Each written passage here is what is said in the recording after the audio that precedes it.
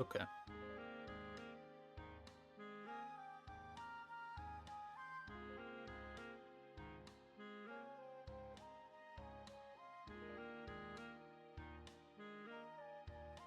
Oh, oops. I didn't.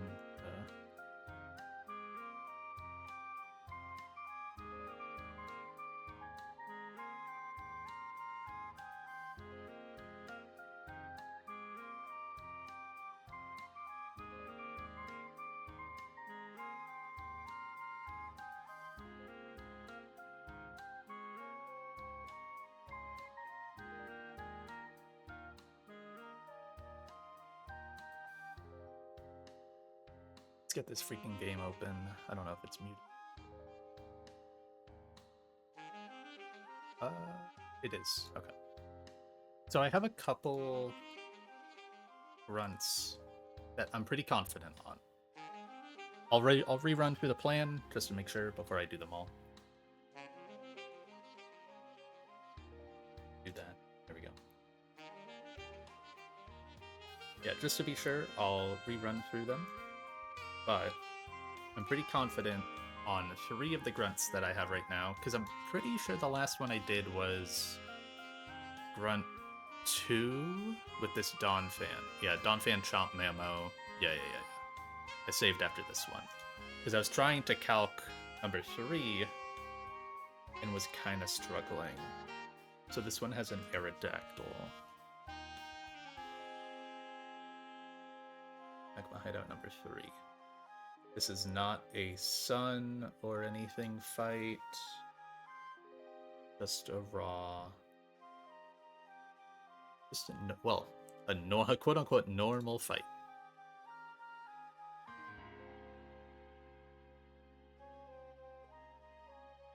Okay, I'll go ahead and build the team and then kind of run through and make sure there's no inconsistencies. The one thing that I am finding with these grunts is, and it's probably okay because I don't have Protect, is I gotta start using Caracosta. This mon's really important here in this stretch, which means I have to level it up. And there's nothing for me to really, like, not level it up all the way for. There are Pokemon that I could start considering that with Tate and Liza later, particularly like Kecleon, but that's if it even survives Magma Hideout. So,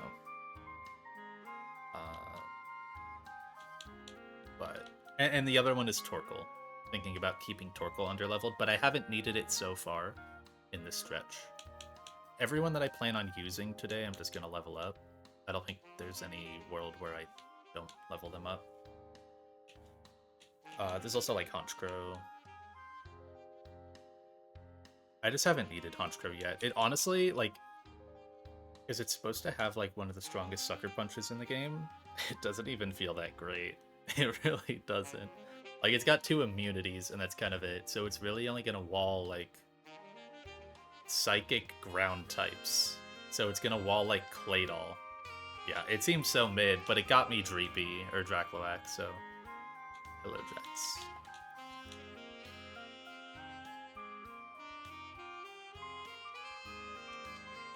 I'm gonna call it Dracloac until I evolve it, which could be today.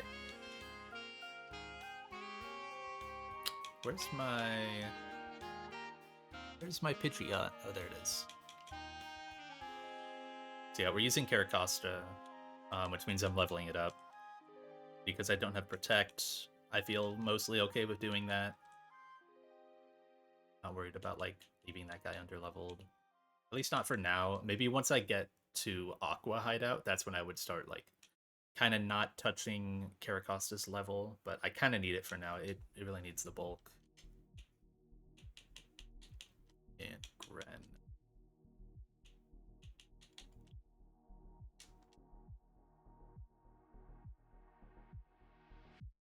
Yeah, I guess one mon that I should maybe be considering as a sackable option now is Honchkrow on like Tab Maxi. Does it do anything there? Maybe it comes in on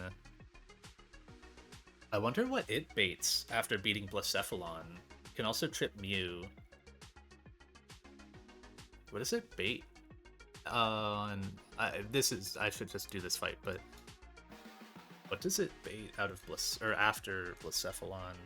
The problem is you can get Spadef dropped. You're coming in on Shadow Ball. Because Beedrill cannot bait guaranteed Psyshock, I believe, if you U-turn on it. Honestly, you could just lead Honchkrow. Just sucker twice if you get blown up. Well, no, if you get crit, it doesn't work. The fast KO. Oh yeah, that's Stone Edge. Always KOs. Yeah. Yeah.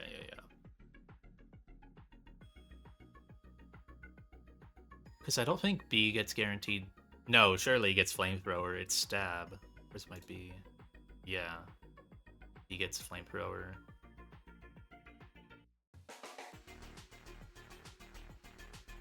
Yeah, that probably doesn't work. Because it can't even take Shadow... Well, it can take Shadow Ball, and then with, like, an Oran Berry... Oh, wait, that was level 58. It could easily take Shadow Ball, following, like, Barraskewda. And then you just get early Hitmon. I don't know if I want that. And I think with... Like, even if this crits... You're probably always activating a Citrus Berry.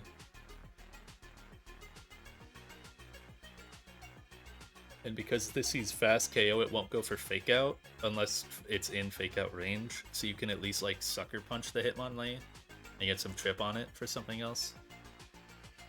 2 turns of Magma. Yeah, it almost definitely always like procs Citrus to get out of ideally low kick or Fake Out range. Citrus counteracts 2 turns. So yeah, you would go down to like... You could go down to like 48% then, no matter what. But that doesn't get into Fake Out range. That just gets into low kick range, which is fine. I guess you can live it sometimes though, but even if you live, then you die to the next round of Magma. So Honchkrow could be a thing to sack to Hitmonlee and get chip on it while dodging Fake Out Unburden. Because it just see... Oh, well, no, but what if you get Stone Edge Miss? Oh, that's awkward. It's really awkward. Like, there's a world where Honchkrow just straight up kills Hitmonlee, and then your line is fucked.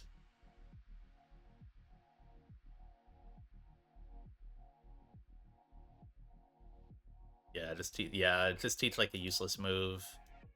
After one sucker, then you just spam that for consistency. Yeah. Eventually you'll get into low kick range, and then it's a 50-50 for it to, you know, accurate move or... Oh, okay, one thing... Speaking of low kick, I'm looking at this. There's a bug with low kick, and I'm curious if people know what it actually is. Kecleon's weight is not correct. So what is it? Because it would be really nice if this just said what its weight actually is, but they don't actually say it. It's correct on the calc? Okay. So it got fixed. Alright. Because I remember reading that, like, forever ago, and I was like, there's something weird about, like, Hitmonlee low kick, because I was like, this seems like really low damage. Oh, not the main one. Okay. Gotcha. So I thought, like, I was looking at some Hitmonlee Kecleon stuff, and I was like, what if the baiting is wrong? Right, I was thinking about Barraskewda Kecleon, and I was like, well, you know, Kecleon can get Snorlax. Which doesn't even really work because you have to be high range, body slam, and then you can bait Curse. It's bad. But then I was like, is this actually correct? Because I remembered reading that, and would I just be in the fight and bait Hitmonlee anyways and then get screwed because my entire fight is out of whack? But if it's correct on Silcalc, then that's fine. check main. I don't even know if I have a link to the main calc. It's gotta be somewhere in the pins, right? They have no pins in the download and info. Calc, Dexa calc. Oh god.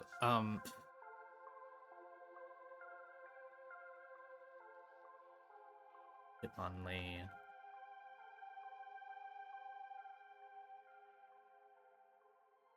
Oh wow, yeah, that does way more damage to a max bulk Kecleon than that's 52 to 63. I'm taking 29 to 35, and mine is way less bulk.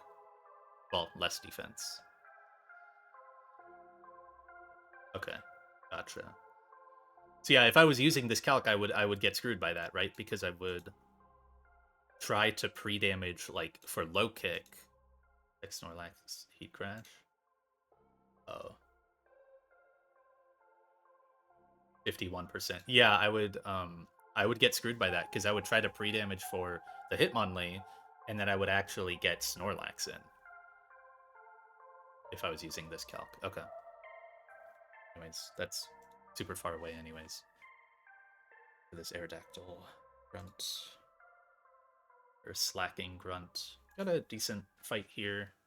How do I push the... Oh yeah, this is the Greninja setup. Okay, cool setup. Everyone needs to be leveled up. And I'll recheck the entire line just to make sure. We're gonna level this guy all the way up. I could maybe leave it at like 76, but I'm gonna need it higher level anyways. I don't want to mess with mid-fight XP, honestly. So Costa needs black glasses.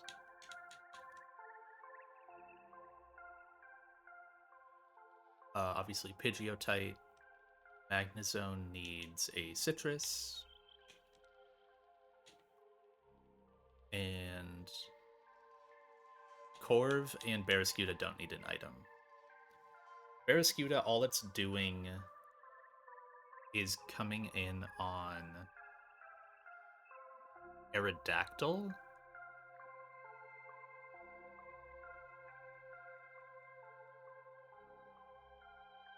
I gotta get rid of the Oko colors. I can't see the Pokemon.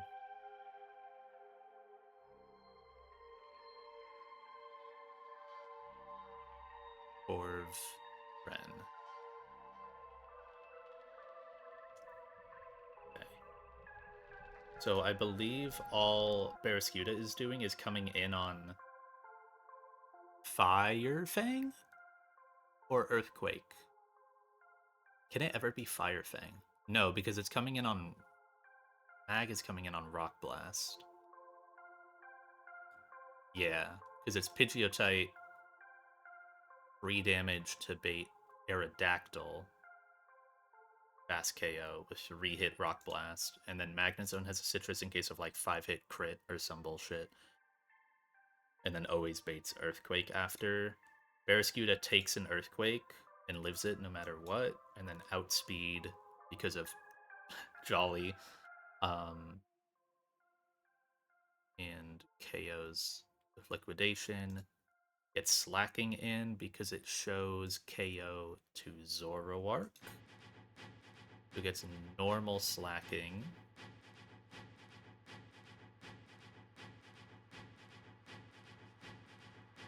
And you don't want to eject button this yet. You want to get your Gren in to eject it. Corv just eats... Corv eats completely random move, no matter what. It doesn't even need an item, and then you get the Truant turn. And on Truant, you go to the pre-setup Mystic Water Greninja. Let me just double check that Torrent Mystic Water gets all the KOs. I shouldn't need Life Orb. So you Surf to push out the slacking, and then everyone is dead, so it just goes in order. You go camera ups, you water shuriken, 2 hit, does 115%. Slacking comes back in, dies to surf. And then Zoro dies.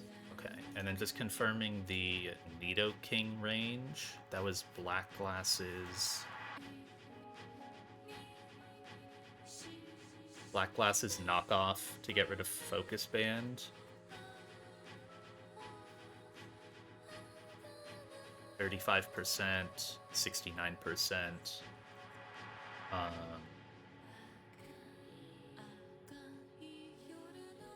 Pasta will be taking, because it's first turn, so it's likely to rocks. I don't pay anything bad from Arrow with my 3 damage. 186. That's for... It does 25%, right? Yeah. That's fine.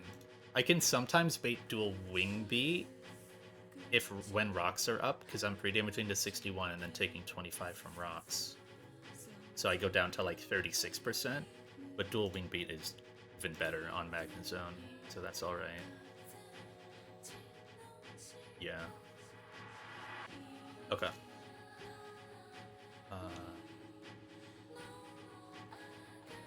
Ren gets Mystic Water.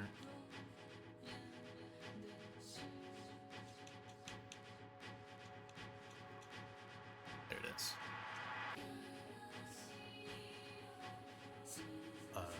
And then just pre-damage on Pidgeot and Bren.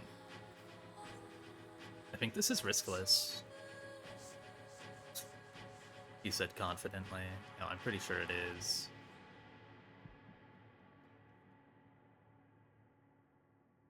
Damage, slot 6. 69. Double checking 69 is my torrent range. Should be 33%. No weird rounding. Yes. Yeah. Okay.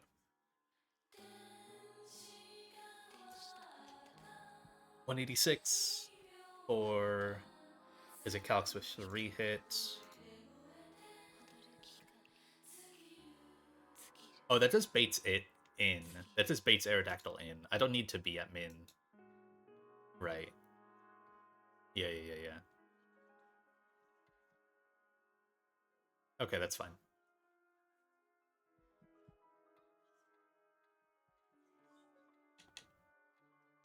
No item on Bara. Bara doesn't need help killing Arrow with an item. No.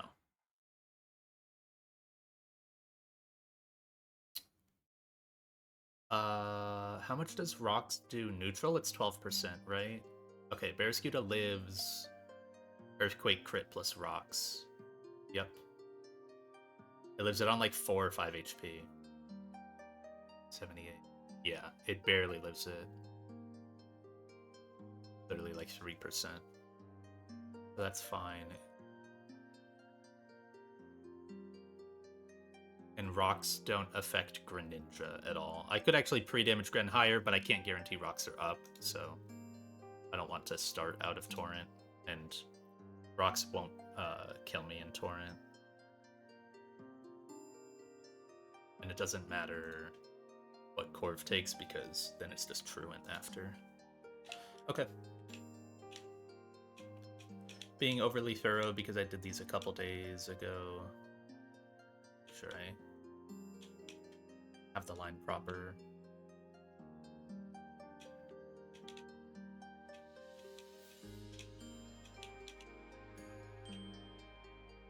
My repellent on... That's the wrong item I wanted to use. Okay, it is on. I guess for now... No, I can't really say that, because I don't have like a designated spot where I want to get an encounter or not. I'm still unsure about if I want an encounter in here. You're grunt number 2, right?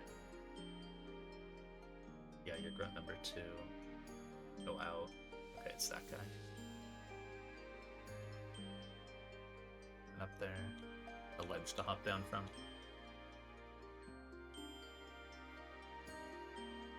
Alright. Goodbye, forest path from SJ.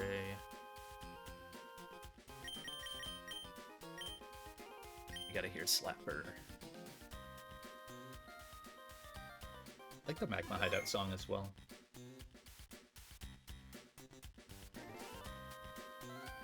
Okay, should be good. Let me just make sure black glasses. Yep, black glasses, Pidgeotite. Oh, scene, correct. Yep. Pidgeotite pre-damaged, yep. Citrus doesn't. I probably won't proc the Citrus. But no item. Don't need it. Mystic. And pre-damaged Gren. Yep.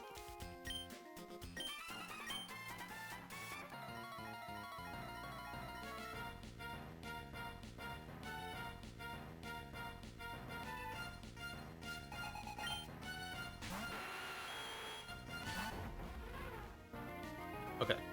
So, Focus Band. This guy really wants to go for rocks, and we are totally fine if it does. Otherwise, it's Earthquake, which is fine. We take an Earthquake as a solid rock. It's going to knock off the Focus Band. Just rocks. Perfectly fine. Poison Point is okay. Doesn't matter.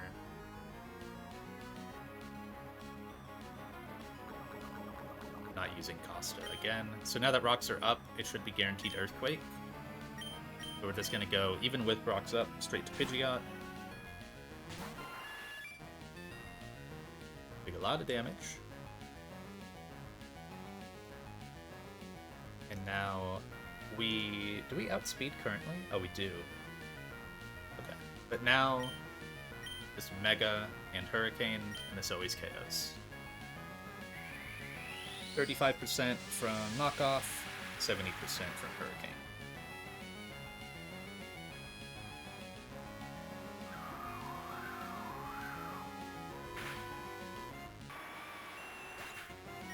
And we specifically use Pidgeot to bait out Camerupt.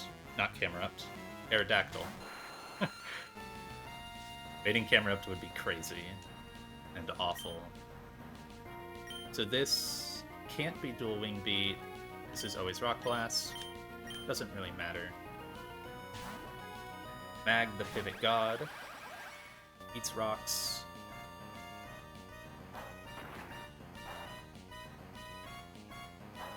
There's like no way we're using our Citrus here. I equipped it, but yeah. Doesn't matter at all. This is always Earthquake. This could look scary, but it's fine. I'm gonna go straight to Barraskewda on Earthquake. If it crits, I'll get down to like 10 HP.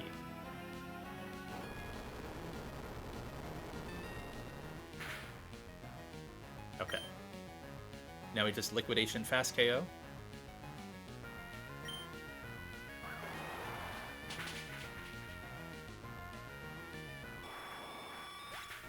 And this scares off Camerupt and Zoroark, getting us slacking. Normal slacking, not Zoroark slacking. I don't want to Flip Turn. Flip Turn's very bad. Go straight to Corviknight on basically random move, it doesn't matter.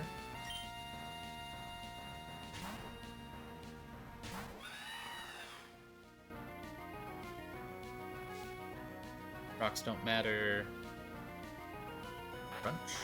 Okay. Now it's going to get the Truant turn. So we have a free turn to do whatever. Go to our 3-damaged Mystic Water Greninja, who outspeeds this, and we'll click Surf. This will force it out. It's not going to kill, but the eject button will make it go away.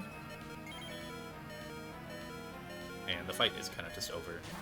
Go straight to Camerupt, who has a Quick Claw, but Water Shuriken Torrent, Mystic Water, even if it's only 2 hit, always kills this. And ignores Quick Claw. Probably my first time clicking this move. Actually, no, I think I clicked it once against, like, a Sturdy Mon. I feel like I clicked it one time, back on, like, 119? It could be my only time, yeah. Okay, so now this is obviously normal slacking. Just gonna click Surf again, and then we'll get Zoroark last, who thankfully doesn't have any priority. It's a special attacking Zoro. If I had Sucker Punch, this just wouldn't work. Surf KO. Cool. Fun line.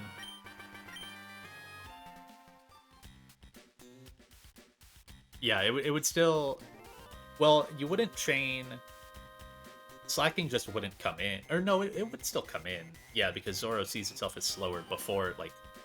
It doesn't see the Prio move till it's on field. So yeah, you would chain 2, and then you just need a 1v1 option against Zoro. Which you can probably get.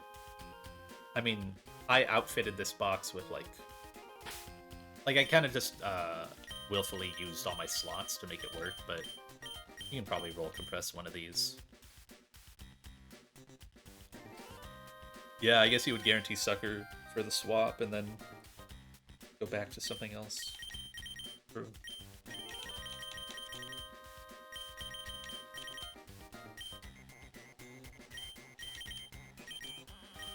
Oh, thought you could fly. Okay. One thing I realized, I think this was last night, or the day prior. I had so many Pokemon missing from my sheet in here. There were so many missing. I didn't have Honchkrow in there. I didn't have Castform in there. I think did I not have... I didn't have Caracosta either. So I was curious, like, oh, how many Pokemon have I actually had? And I was looking at this to try to figure it out. I was like, that seems low. And then, because I looked at my actual box and the number didn't match up. I just forgot, like, 4 Pokemon in my sheet because they haven't done anything. I mean, they're a bit newer, but...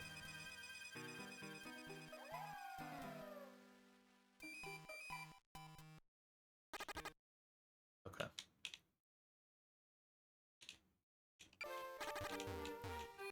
My Caracosta's gonna die. Milo full PP stall Acosta. Oh yeah.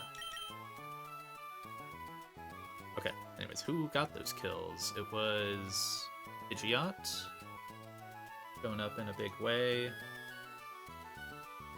I think a lot of stuff could have done Pidgeot's roll there, and then maybe roll compress to help kill Zoro, but it just worked because I was immune to Earthquake. Made it consistent. Barrascuda.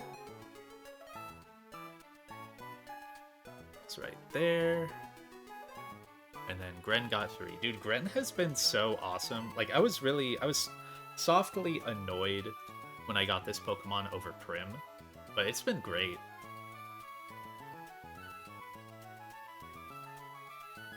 It's probably more impactful right now than Prim would have been. Like, throughout the stretch that I've had it. Yeah, actually, I can easily say that. And it's got solid enough stats. It's got plus attack for its flings, and it's got 25 special attack. Like, it's really good, and it's really fast, too.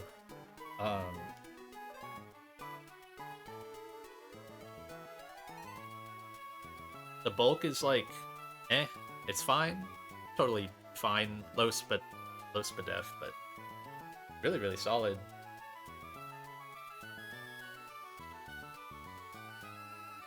Okay. Trapinch fight. I get to do something fun on this fight. So, I still need Gren. It's leading in Torrent again on this fight. Caracosta. Conkeldurr.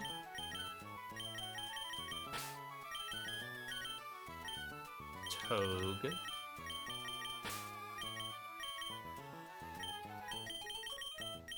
Ammo Garchomp.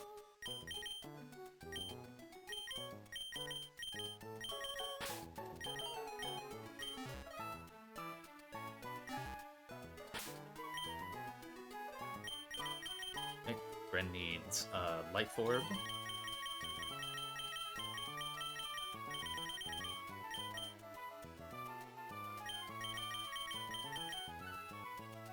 Pasta needs Shed Shell. Could be like way up here. Yeah. Need to reorganize my items. Bonk gets Citrus. Oh yeah, I remember this fight now. Togue gets a Figgy Berry, just in case. Wait, let me double check. So Togue's nature is minus Spadef. Figgy is minus attack.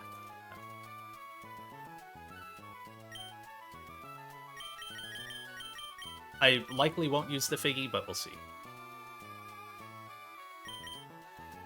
Well, I say that, but it's like I think it's the Firo, which has Scope Lens. Isn't it like 1 in 8 to crit or something? Probably like high crit rate. Higher, at least. And then Garchomp gets Dragon Fang. I need to make sure Garchomp has a move. Yes.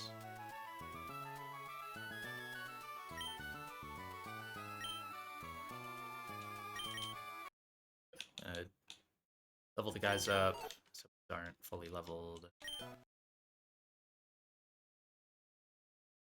Go ahead and burn my conch.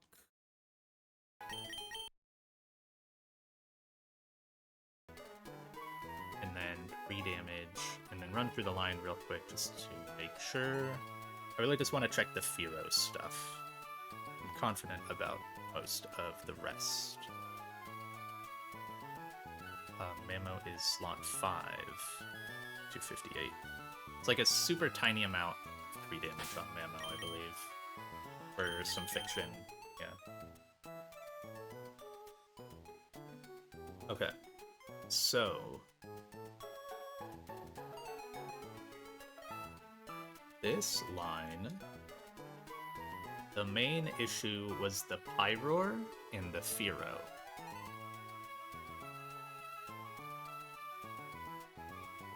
The rest isn't too bad. Togue, Mammo, Chomp, base Chomp. Make sure everyone's level 79 in here. Yep. Okay. So in Torrent, with Life Orb, I could not do Mystic Water here, just barely. Torrent Life Orb, I am faster, and one-tap the Manectric with Surf. No need to worry about this guy at all. Then, somehow, Greninja baits in Pyroar next, because it's showing, with Life Orb, it's pushing Pyroar -1, because it doesn't read Focus Band. It's pushing Firo -1. It's pushing Absol -1, and Trapinch -1. None of them have Focus Sashes or anything. So it just goes in order and goes to Pyroar next. But obviously I have to be worried about Focus Band proc, so I can't just rip the Surf. At the HP I'm at, it's raw 50-50 between Fire Blast, Hyper Voice. I don't know why Magnezone is still here. We go Caracosta on that. Costa is here to just knock off the Focus Band. There's not a world where I need to... No. Yeah, no. Oh, no, yeah, because Chesto wouldn't even do anything because it's Unnerve. So, the important item is in case I get Fire Spinned, so once I come in, it can Hyper Voice, Fire Spin, or Yawn. Yawn is fine. Fire Spin is why we need the Shed Shell to get out, and we can take 2 Hyper Voices. all you do is knock off, and then after that 29%, you go to Burned Conkelder, who does 74%. So it's enough damage. Conkelder can eat a Hyper Voice. It can take a Fire Spin, and it doesn't care about Yawn because it is burned. It can take Hyper Voice plus 2 turns of Yawn. It would be really, really low.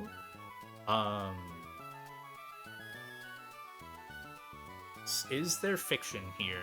I think not. So, if it's Hyper Voice, High Roll Crit, you don't eat the citrus until Fearo's in, but you do have a citrus for that.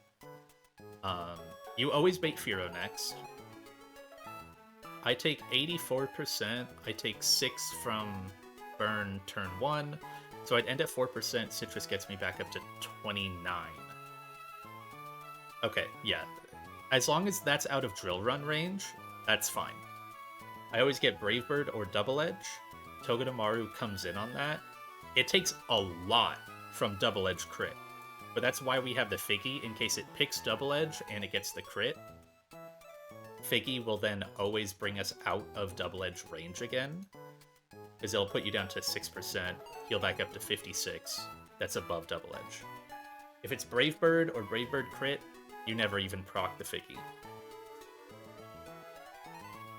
Then you always bait Drill Run, which is a contact move. It's taking Barbs on entry, then you're faking it out, then it's taking Spiky Shield with Drill Run, which, let me double check, is a contact move.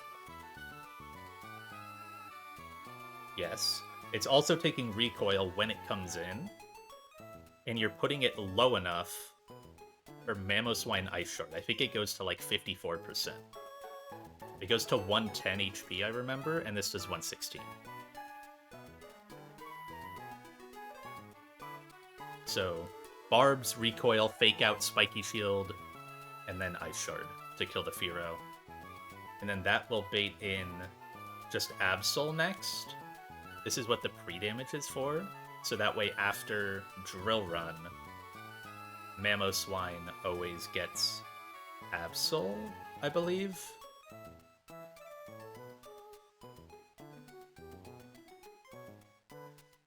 Oh no, it scares off Trapinch. Never mind. It scares off Trapinch. I think it's super easy to scare off. So you always get Absol, but you have the Citrus just in case for the move you want. You get Night Slash or Stone Edge. You can pivot on that, and it's guaranteed crit on these.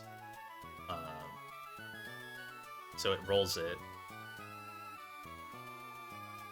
And then Garchomp KOs with Dragon Fang Outrage.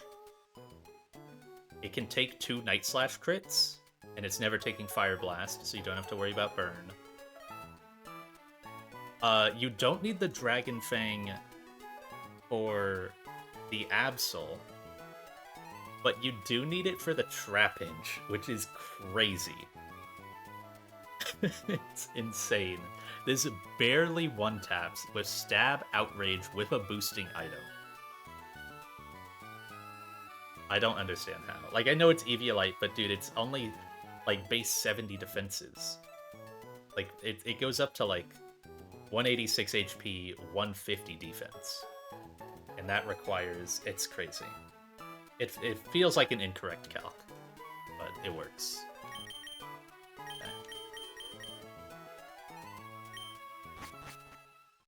Scene.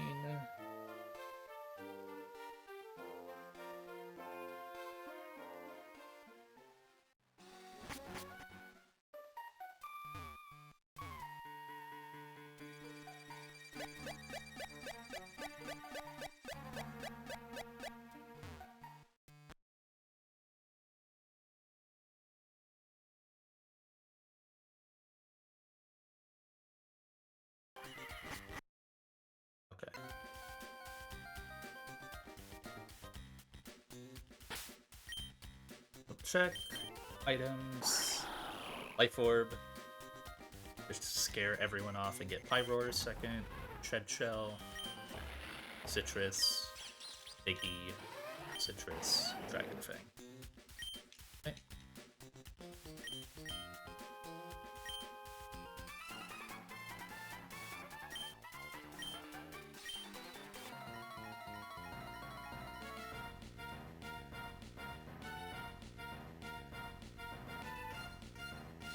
I feel like Manectric should be faster than this.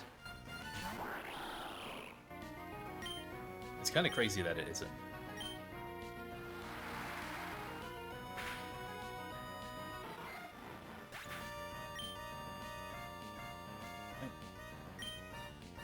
This be Fire Spin? No.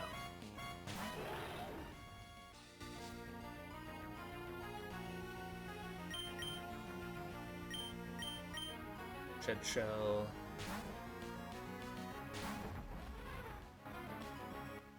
Hyper Voice, probably the worst option. Okay, it's fine. Knock off the Focus Band. This is why we gave Shed Shell, otherwise our Caracosta would just be dead right here.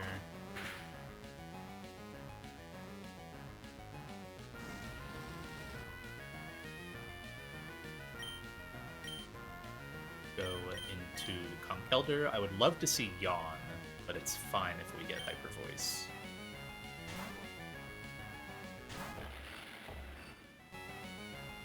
Perfect. Mach Punch.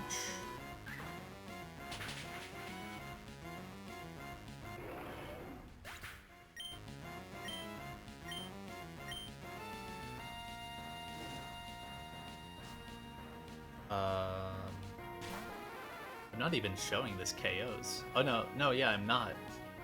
Okay, so this is always Brave Bird then. Is there a world where I ever get a different Mon? No, I'm scaring off Trapinch. I didn't really consider that.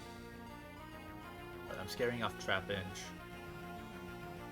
No, even when this rolls crit, it can't out-damage you. So... I always get Fearow. Yes. Okay. Pull off some... frankly, some bullshit on Toad to beat this Fearow. This saves the Figgy already, because there's no double edge. Barbs. Recoil. I accounted for Brave Bird Recoil because it's the lesser of the two. Take out.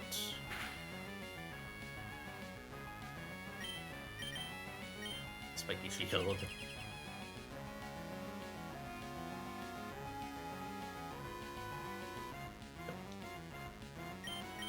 Yellow means like 52% roughly. Ammo on Drill Run. If I get crit here, it's -1 Citrus, but I kind of need it. This is what the pre-damage was for. Okay. Because it's Scope Lens, I just pre-damage so that way min-roll crit always procs my Citrus, so I'm always above 50%, no matter what.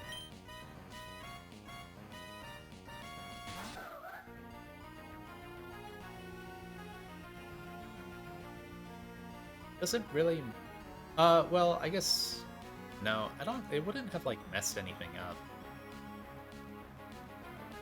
I didn't really need to do that. Kind of a pointless setup, but... Let's go Garchomp. We live to Night Slash crits.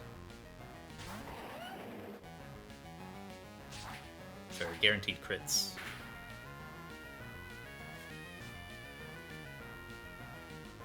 Looks scary, but this is high roll of 130. So I'm gonna end pretty low, but we'll be fine.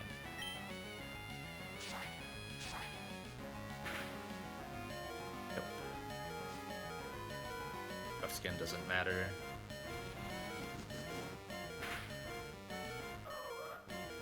Fun little outrage kill.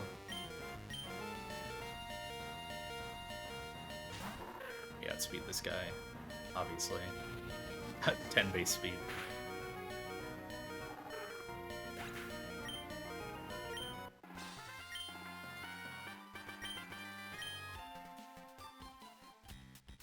Nice. I feel like Dexa had to give that Trapinch EVs. There's no way it's that bulky.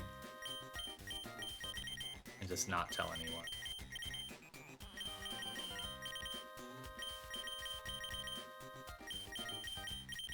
Like, this is 31 attack Garchomp, too.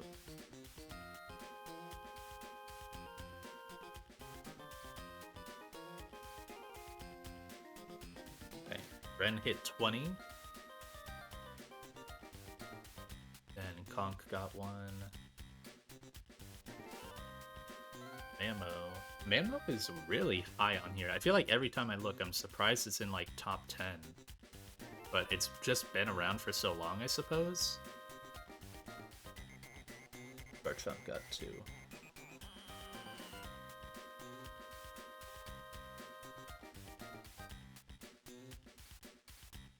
Cool. Okay, one more fight that I have, like, fully planned out for today. This is a pretty simple one.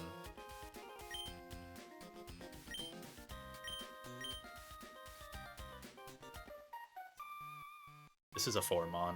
It's silly and doesn't feel right to ever have not 6 Pokemon planned for one of these fights, but I kind of just have good answers to everything here, so.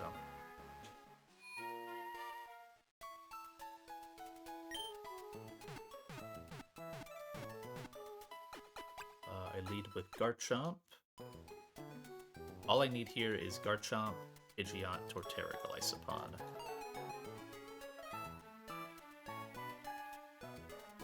But I will obviously bring backup Mons and rerun through the line in case I mess something up.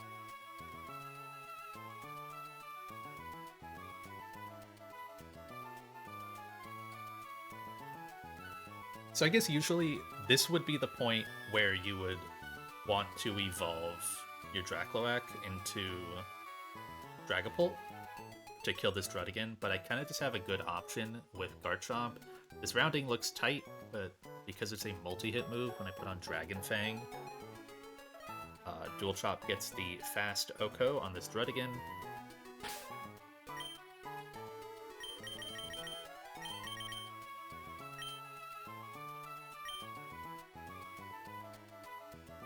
Swap scenes.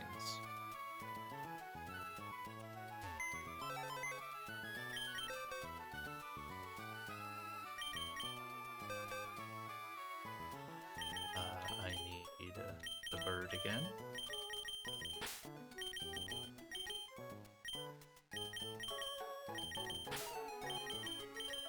Torterra, Golisopod.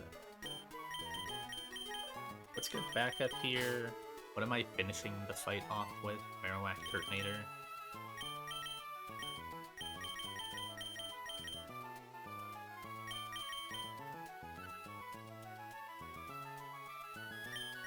What is backup for those? Orv? No, does this have Fire Punch? Yeah. Because normally this guy is a big demon. But my Torterra kind of just walls it. Doesn't care.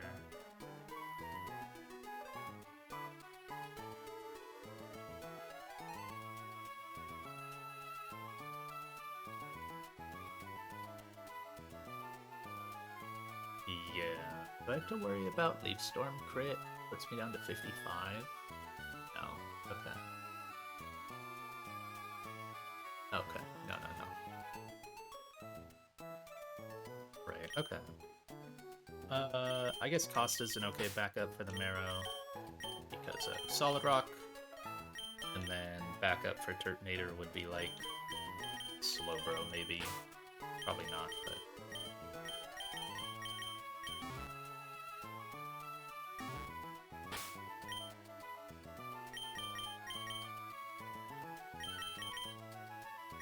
Garchomp, Dragon Fang again.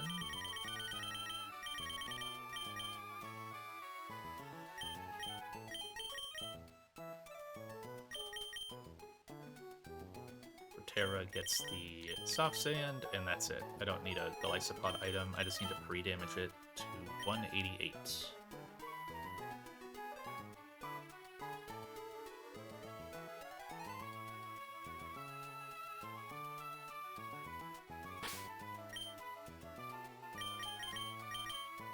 I need to level those guys up.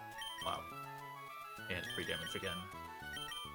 Good thing I caught that.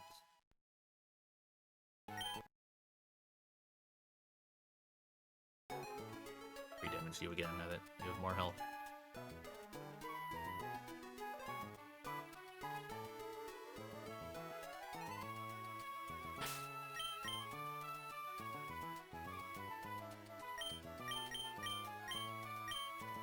Last two guys can have citrus, I guess. So Dragon Fang, Yote, Soft Sand. Never actually clicking a ground move, but I still need Soft Sand for the Turtonator. It blocks Shell Smash.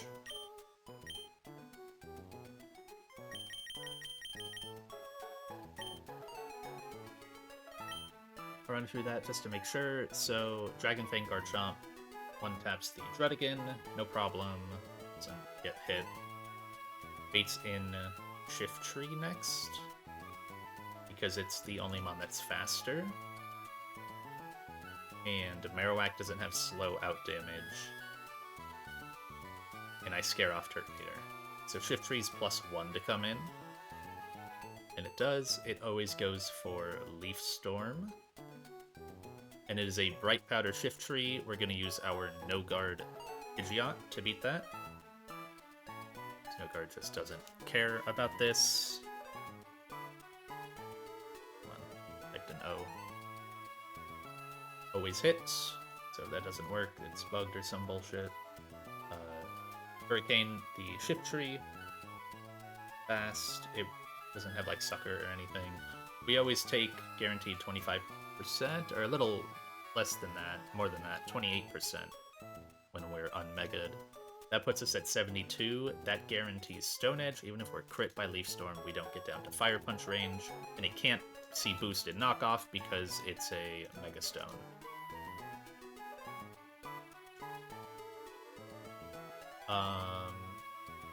There's not a world where we get Turtonator in. No, because this always sees slow KO. This will never see slow KO, even if we're crit. Yeah. That's 55.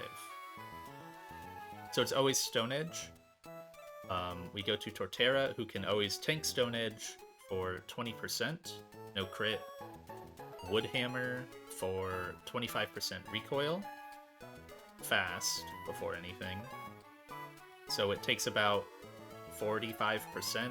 It can sometimes still be at full though, so you can't predict Torterra's HP. Meaning you have to block Shell Smash by showing Oko. Showing fast Oko.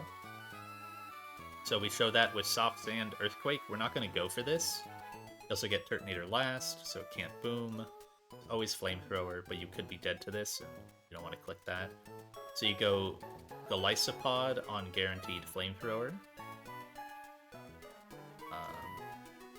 76 off of 188 puts me down to 1. I guess it puts me down to 112. It's a little. It's fine. And I'm never dead to crit. 135. Just go back to Garchomp and click Fast Outrage. And it. Even if it goes for. Even if it gets the Quick Claw. I don't die to Dragon Pulse crit. Yeah, that was the important part there. That's why Garchomp has to get in undamaged. Okay, cool. Simple line. I thought I flubbed something because I remembered it had Quick Claw, but yeah, I live Dragon Pulse crit.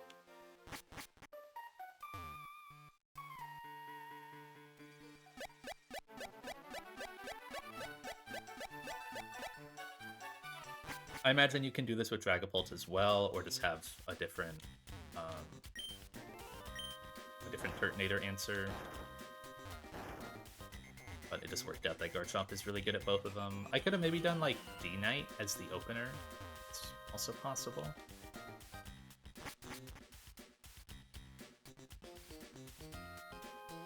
One, two. You're number 3. We'll check Dragon Fang, it's the important one. Yote. Soft Sand. 188. Yep.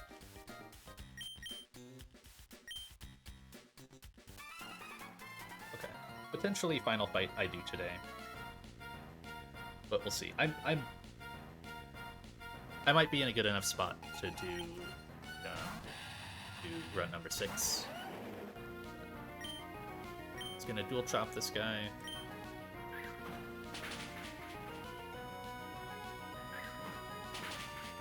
Thankfully, it's not Ruskin Drudigan, otherwise I couldn't have Garchomp be the finisher on Turtonator.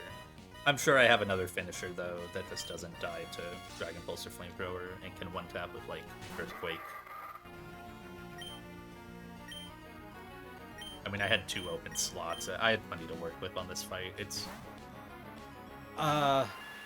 maybe the easiest Magma Hideout grunt, I would wager.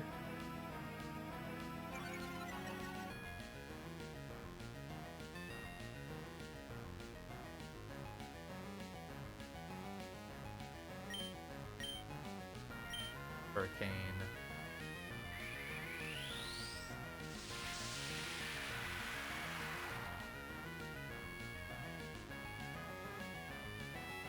A world where you could, like, Brave Bird this guy to then get yourself low enough for a certain move, but there's no need.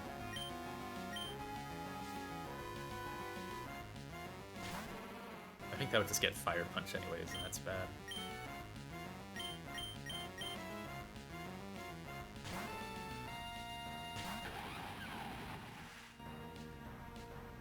Cool.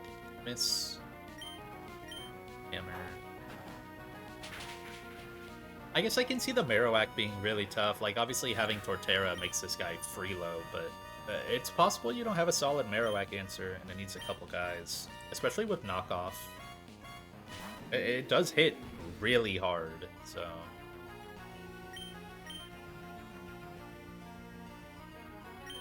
no, I can't stand here.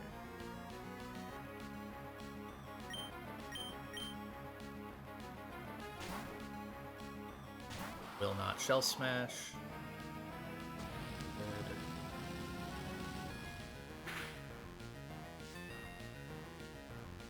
Back to Garchomp. Just feeding the Chomp the kills. Outrage Dragon Fang always chaos. And Quick Claw would not have mattered there.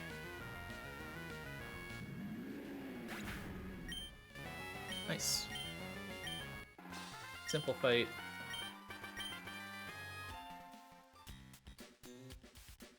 Are there any more guys in this room? There are, but there's only one more guy.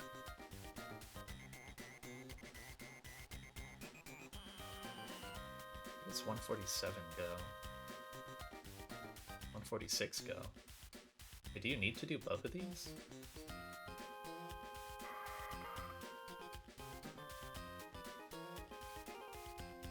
Don't they take you to the same spot? Am I crazy?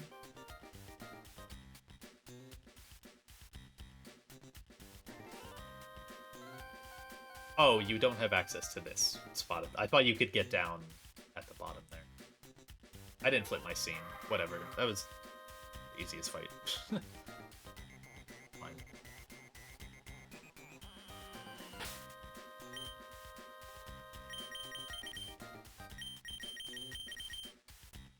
No. Keep that item.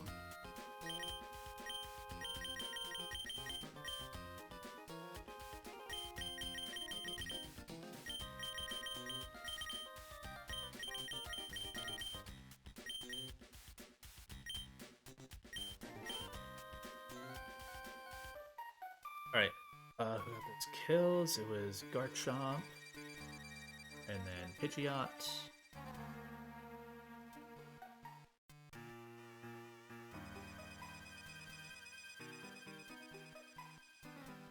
And then Torterra, and then Garchomp.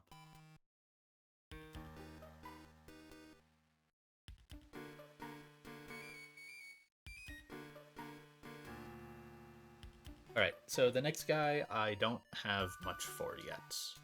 I have to take a gander at him. Guess I can just go ahead and mute up.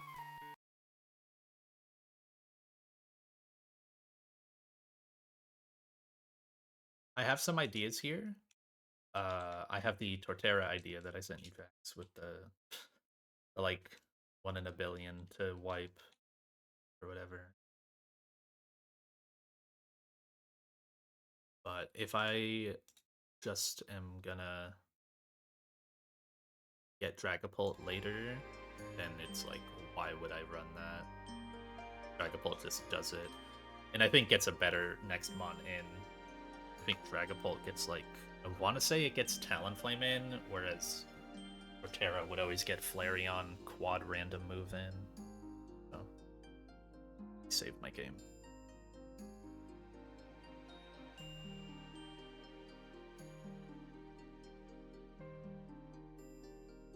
So, main thing with this guy is you never really know. It's extremely hard to block what this guy is doing turn 1. This Quick Claw, Flame Body, Colossal, with Rocks and Explosion.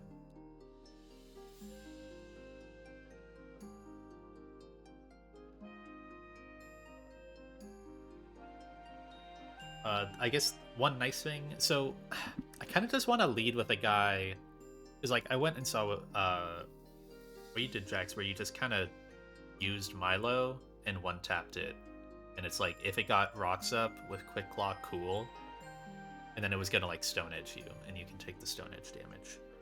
I might be in a decent position to just do that, because I think as long as I can take rocks for like part of the fight, not the entire thing. But if I just do Garchomp opener,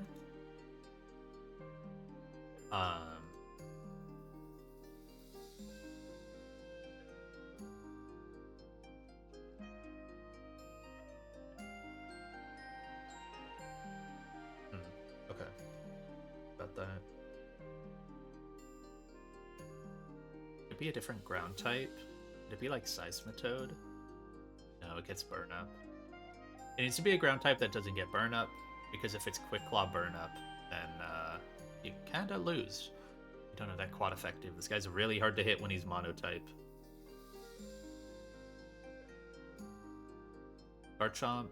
Oh wait, Garchomp does bait burn up. Wait, who was I looking at that baited Stone Edge? What? Is that Megachomp? Surely not. Why did it... I don't know who I was looking at that baited Stone Edge. Is that Torterra? No, definitely not. So one version of this fight that I was considering as an opener is Caracosta. Caracosta is slower than Colossal, so it just gets the rocks up anyways, and then you just have to deal with them for a bit. That's an option. Man, who was I looking at that got Stone Edge? They took like no damage. How did I lose them? I need to click through every single mon until I get a guy that just takes like... Straight up, who was it?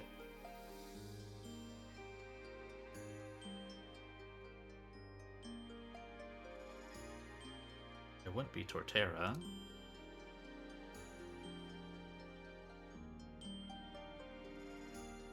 And they had Earthquake, so it had to be a mon with Earthquake. I don't know who I was looking at. It was Earthquake in slot 1.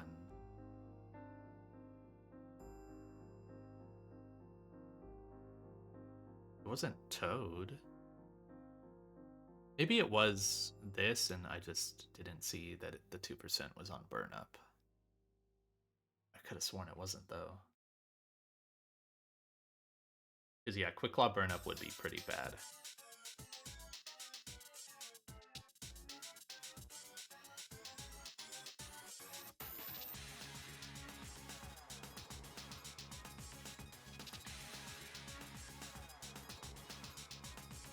I don't have any ground types. Oh, is it a... It wouldn't have been a water type. Surely not. Aju? Maybe I could just use Aju. Aju anyways is maybe just fine. Oh wait, it doesn't have a water move. I can teach it Surf over Fake Tears. Yeah. Oh, maybe I was looking at the Costa thing and thought I had Earthquake. For some reason. So I can do Caracosta, but it needs a boosting item to kill with Liquidation.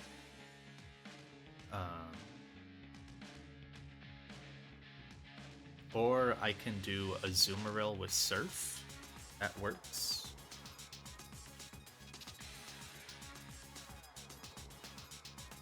If it gets Rocks up, then oh well. And if I can just have a Citrus and 3 damage for Stone Edge crit, putting me at 98%. So you guarantee that you're at minimum 98 minus 58, 40, 65% going forward. What do you bait in? This is unboosted, so probably not Flareon, but it is faster, so it's +1. You shouldn't bait Solrock, but it is faster as well. You almost definitely bait Dracozolt fast KO with Bolt Beak, which is good. That's what you want. On Bolt Beak,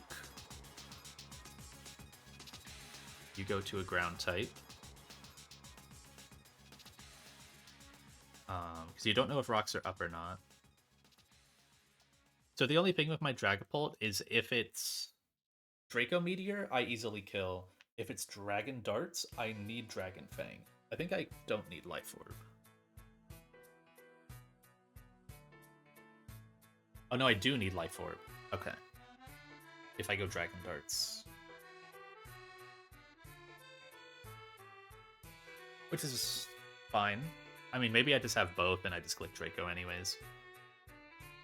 I'm kind of just planning on evolving getting Draco and evolving Dracloak into Bolt, and then just once I need darts for presumably Blacephalon, but maybe something else in Hellroom, then I would scale it there.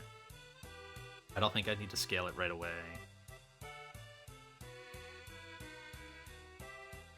Yeah, I can just get this in on if I bring Torterra in on Bolt Beak, then you get always Fire Blast. Come in on Fire Blast and click Draco. Then you're at -2.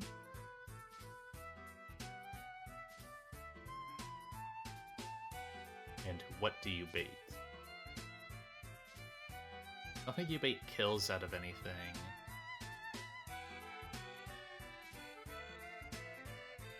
Oh, you probably want to be Life Orb to scare off Solrock, otherwise it might see out damage, depending on where the Fire Blast could leave you, if that's crit. You probably always want to be Life Orb just for baiting. Because Dart scares off Flareon, Phantom Force scares off Solrock, and then you have no... So you would always get Talonflame. Yeah, Life Orb to always get Talonflame. No matter what you're clicking, whether it's Darts or Draco Meteor, the item is always the same on Dragapult. That way you always get Talonflame. You block Swords Dance. You do not block Will-O-Wisp. You could be pre-Tox to block Willow. That's fine. But not the end of the world. Like, my answer to this is going to be Corv or Costa. Both take, like, nothing. And I can do knockoff plus Power Gem on Costa. This, honestly, it's kind of the easiest Brave Birder in the entire game to beat. The only difference is, with Corv, is you can heal, so you're safer. You have to be pre-poisoned, because if you get burned, then it can start roosting, because your Brave Bird doesn't show out damage on roost. And I'm not magically Hidden Power Rock to be able to show high special damage on this guy. But you can defog the rocks away if they happened. So that's kind of like a line merging consistency.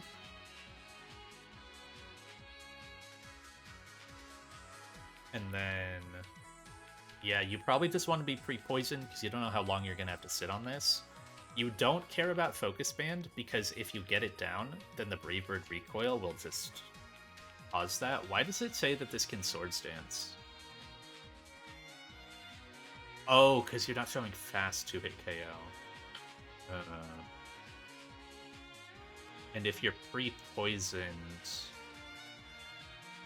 then it jumps up to high Swords Dance chance. So you would have to come in and immediately hit it once. It can't Swords Dance on the Switch, but turn 1 on you, it can Swords Dance. And with pre-poison, that's really scary. You need Citrus. You definitely need Citrus. Because you'd have to be dealing with pre-poison, plus potential rocks on entry, plus Brave Bird crit on entry, and then Swords Dance, and then as you Brave Birds, you're also dealing with recoil. I think you can live it. And +2 isn't the worst here, but it's not great. What if I just used Magma Zone and then tanked rocks on the final 2 if they existed? I mean, Costa's just better at that. Costa always blocks Swords Dance, and you can be pre-Tox and then knock off Power Gem. You always take the 30% from Toxic. Actually, you don't know. You can be pre-burned because you're doing a special attack. Yeah, that's way less chip. Hi, Shredberg. Thank you for the good luck. This is the Primo content.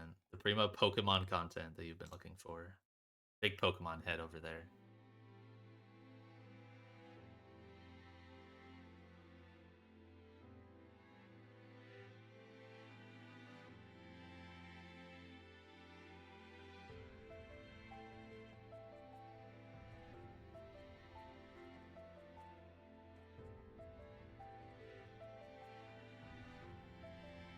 So I think Costa's better, and you just eat rocks. We love eating rocks around here. So you're pre-burned Costa. I mean, you don't need to be pre-burned. I guess you can just let it Willow on you, which would save HP. Yeah. Knock off Power Gem.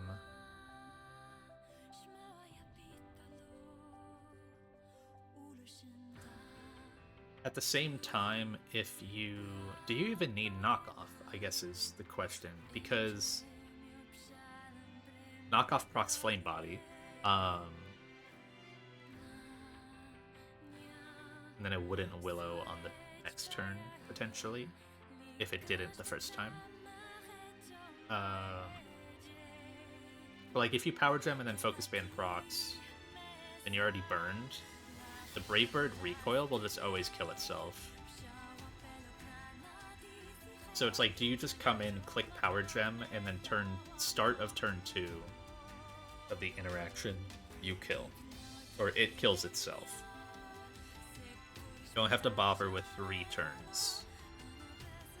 Well, I guess it's always a 2-turn combination, but it just has the potential to be 1. Right, because if knockoff Power Gem is guaranteeing 2 turns to happen, Power Gem has the high potential 90% that it's 1 turn, and then at worst 2 turns, because it'll kill itself the next turn. You can hold a Citrus here in case of Fiction, and like rocks being up. That's fine. I don't know that you bother knocking off. I think you just kill. Question is, what do you get after? Is it Superpower Flareon? Or do you get...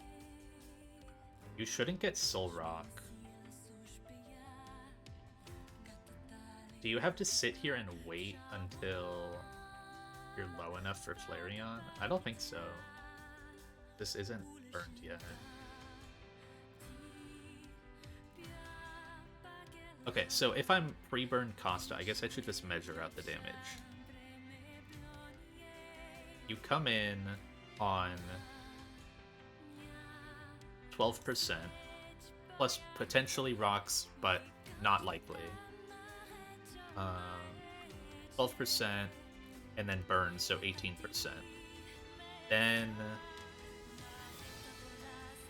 another 12 on Brave Bird, so 30. And then you kill, so 36. And if you don't kill there, then it's like another 12 plus 6. So like you're never really getting under half. You can have a citrus just in case. But you're not getting in kill range of this.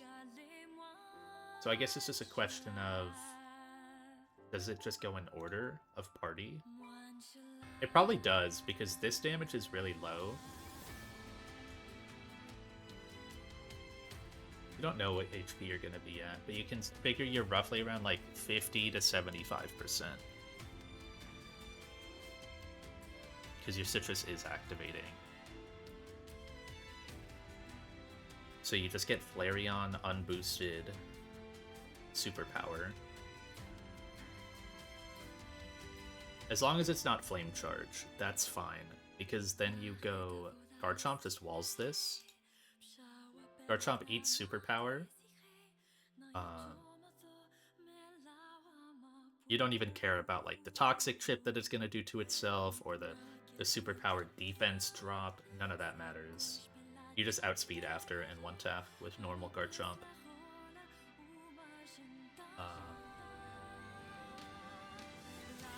Then you get Final Mon Soul Rock. So it can't boom. It sees Stone Edge, Zen Headbutt, Will-O-Wisp.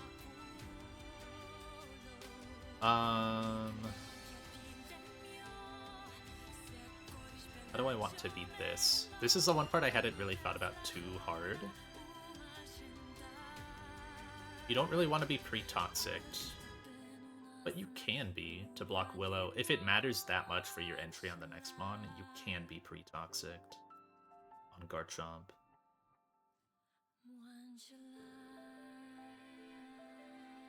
Then...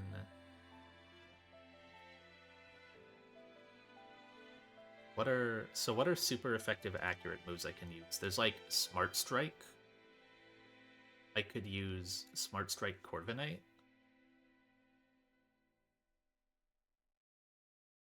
That 2 shots. It can't blow up. You can pre-tox your Corv with Corrosion Salazzle. But you're risking...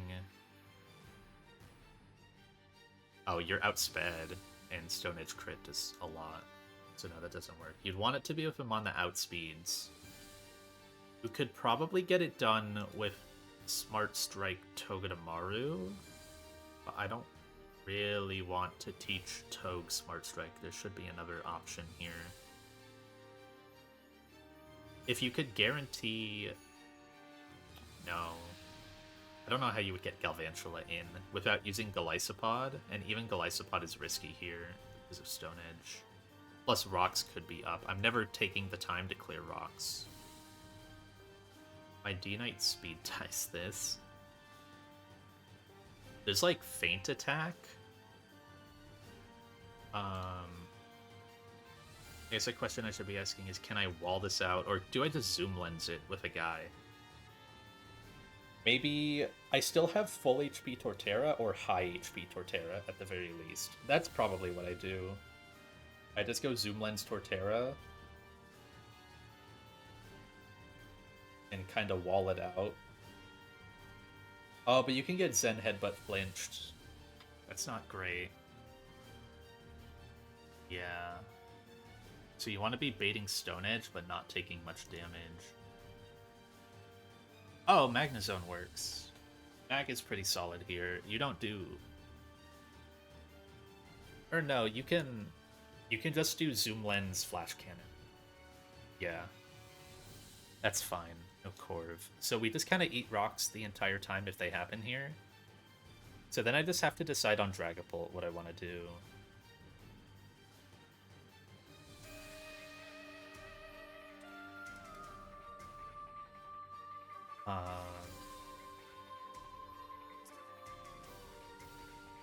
If I don't scale darts on it, does that affect this fight?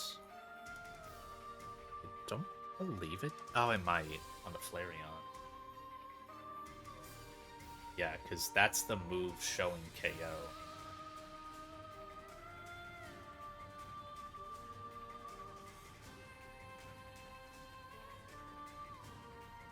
Yeah.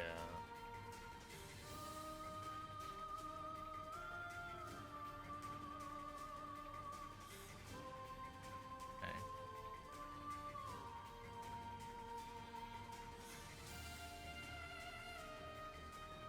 So if I don't want to teach darts right now, if I want to take Draco right now. Oh, wait. Don't I have access to... I think I remember looking at this. Yeah, so I have the Ghost Gem. I'm not going to use it, but I can use it to push Flareon off. I can make Flareon -1 by holding it and showing that Phantom Force KOs. And the same goes for Soul Rock. And I don't need the damage boost with Draco Meteor on Dracozolt. Yeah.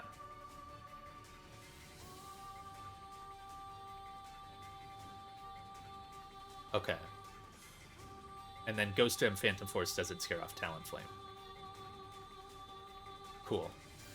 Alright. That's it. So I'm going to go ahead and commit my Dragapult. I'm not going to teach darts to it. How do I want to do this? So it's... In order to get Draco, I need to make it level 77 before evolving. And then I can Evo.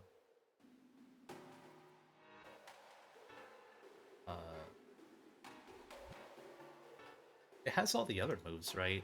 Oh, wait, it doesn't have... Is there a world where you teach this? Surely you don't teach it Shadow Ball over Phantom Force. I feel like Sucker, Draco, Phantom Force, Darts is the moveset. For now, I just keep Dragon Pulse over Darts, and then I can scale Darts later, probably on Tabitha. It's a very fine scale. Okay.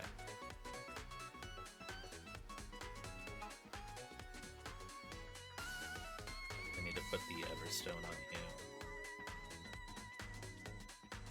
So who do I need here? It was Aju lead. That's right, because Aju is safe. Is Aju safe? Let me double check that.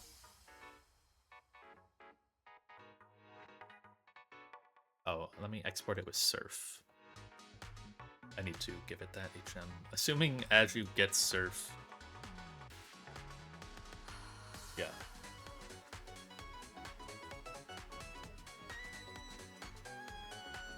It takes Stone Edge crit. Do I want a pre-damage for that? Puts me down to 47.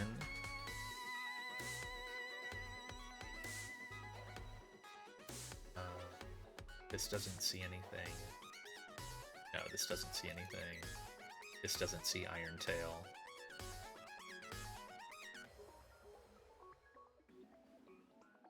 There's nothing with, like, Bolt Beak Bug here, right? So Bolt Beak does it if power doubles if user moves before the target. It sees that right now against Aju, but if I go first... Okay, so... No, okay, this is fine.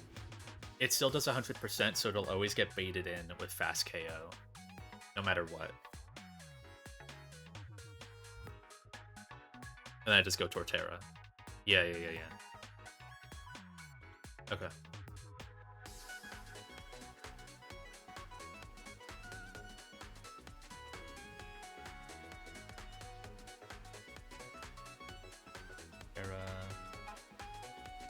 Aju.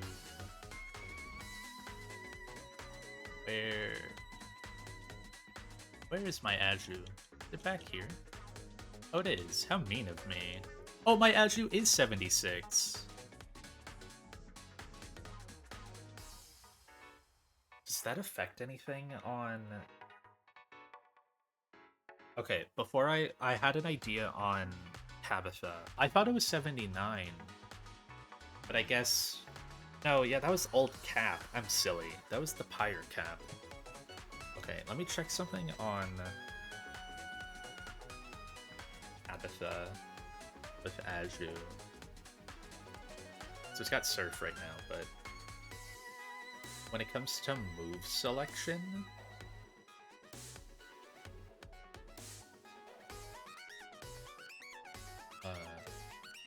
it'll be -1.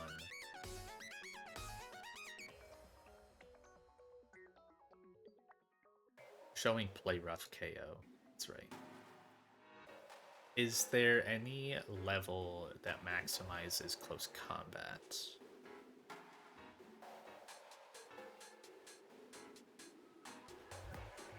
Not that it really matters.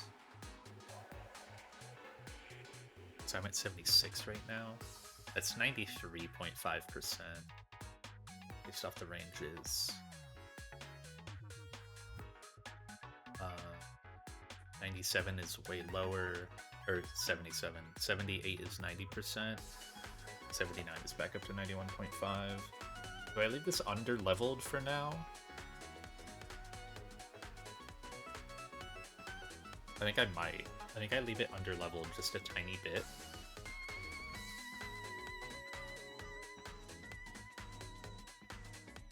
What am I fighting?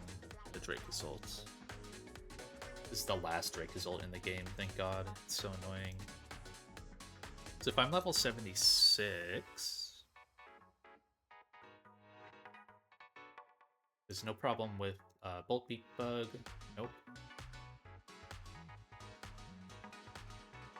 But is there problems with Stone Edge hitting me, putting me down to 42%, and then something else seeing a kill? Not with Flareon.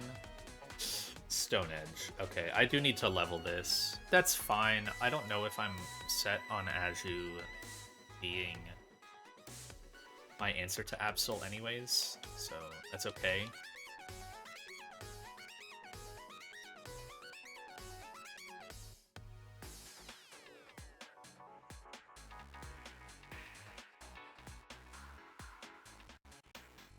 Dragapult, Costa Chomp. It's weird not using Corviknight here, but it lets the Talonflame SD, so I think Costa is just better.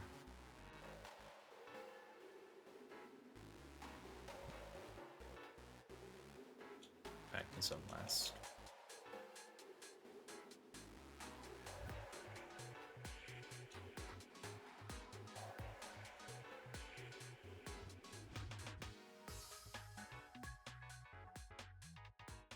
Does Magnezone need a boosting item?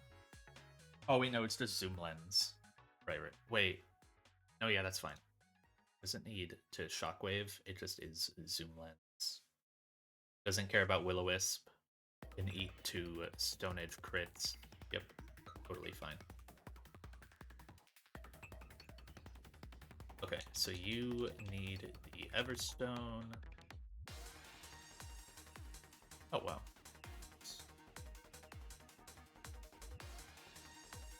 Push you up to 77. Disable. It's funny, but surely not. Oh, it kind of is funny though.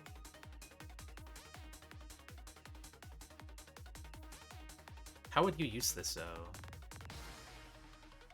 Because it has to be a move you switch in on, and then you... But if you just disable it, it has to be when it would want to go for it. No, I don't see it. This guy's too frail for it. Will-O-Wisp? What do you have again? Oh, your moveset is ass right now. Wait, do I even have the moveset that I'm theorizing?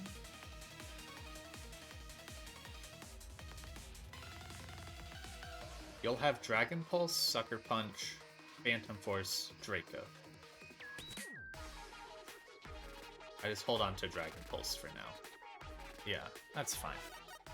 I'll take this for now. But I'm not going to keep it. Because you get Sucker right here.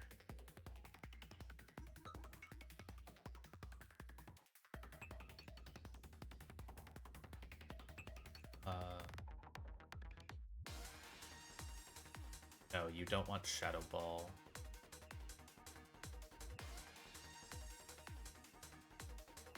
72, you get Phantom Force.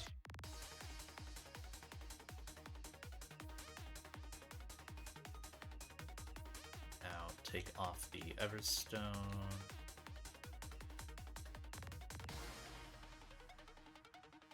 Draco. Over Willow. Yep. And get a Dragapult.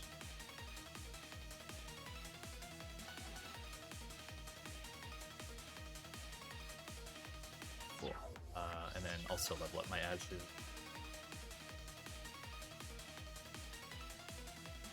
Export that so I have it.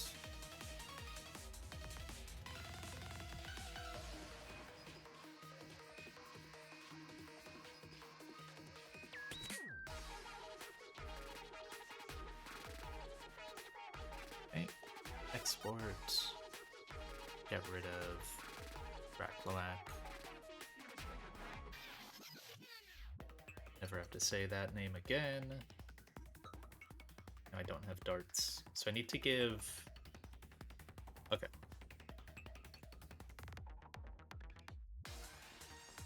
So items are like citrus on you, I guess? And then you get, honestly, like nothing. You don't really need anything. You can have a citrus as backup. And then you get the Ghost Gem. You get a citrus.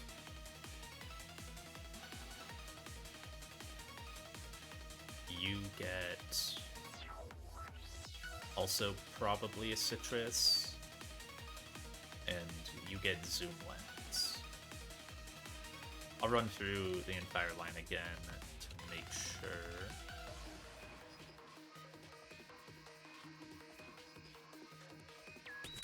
Do I need pre-damage anywhere?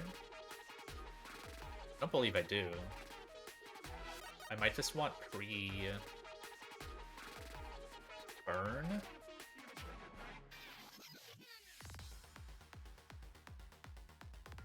I don't really need pre-burn. If Talonflame takes a turn to Will-O-Wisp me, that's okay.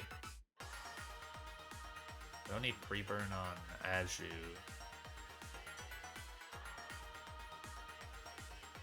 I don't need any pre-status on Torterra or on Dragapult.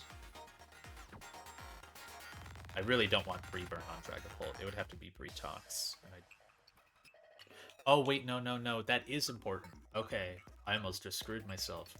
So Dragapult could be taking a fire, or it's taking a Fire Blast coming in off of Torterra bait. I need it to be pre-toxed because if it gets burned, then it doesn't show the KOs to yeah. Happy I caught that. So pre-toxic slot 3. Yep. Oh, that could have been really bad. I could have gotten Flareon 3rd. Or Soul Rock 3rd. Oh, that would have been really, really bad.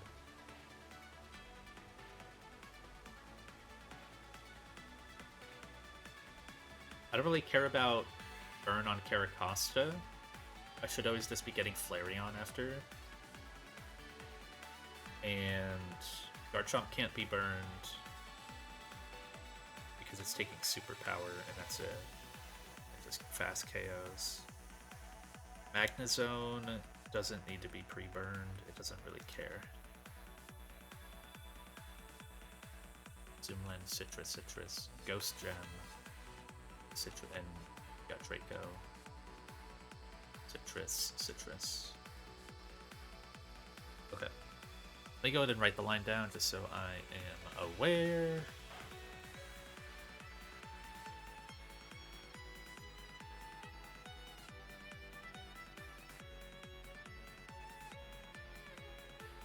Costa,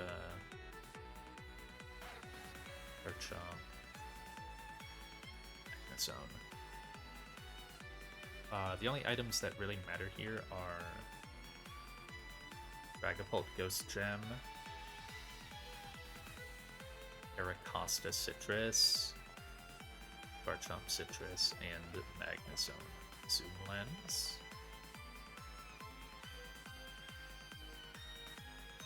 And Dragapult Toxic.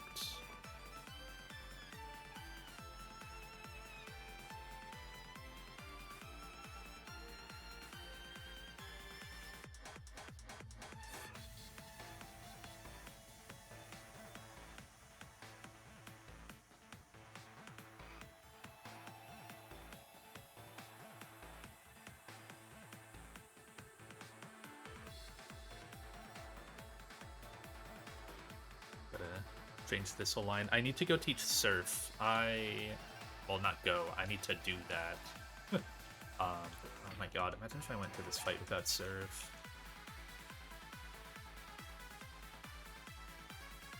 Dragapult gets Surf? Interesting. Do not get rid of Draining Kiss. Get rid of Fake Tears.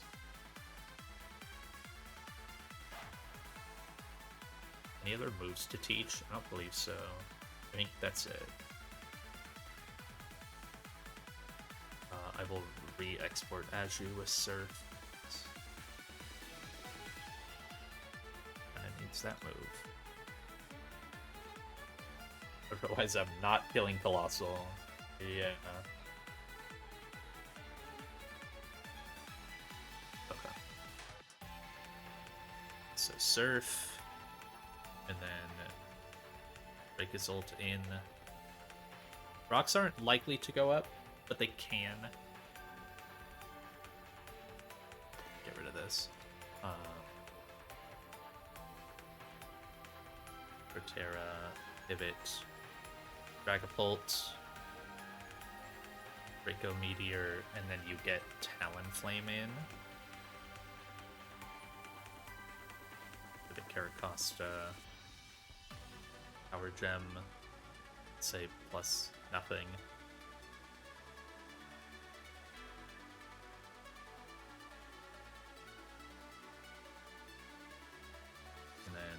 Flareon in, Pivot Garchomp, Earthquake, Bullrock in, some Magnezone, and Flash Cannon. Okay, let's run up this fight. It's not too bad.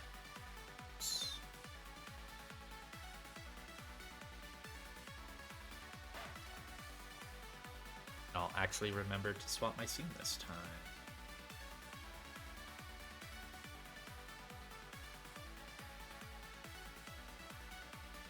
Also have to heal Dragapult when I get there.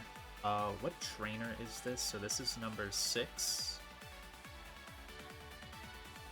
I just fought 5 there.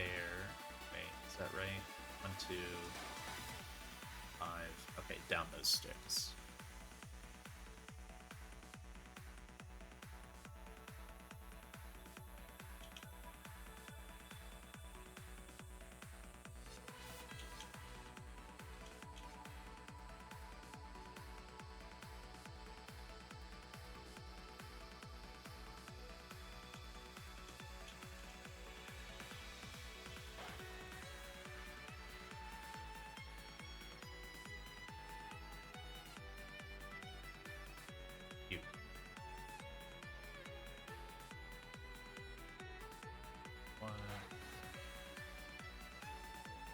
Imagine normal potions does it. Yeah.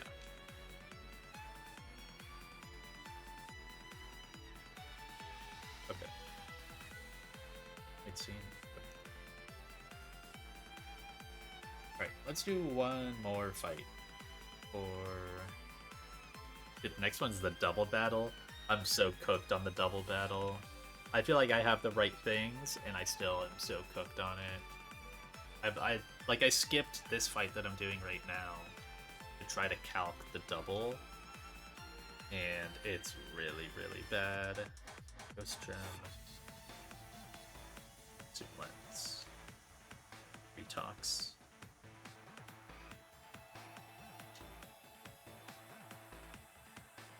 First time using Dragapult. So if this quick claws, it'll get rocks off, likely.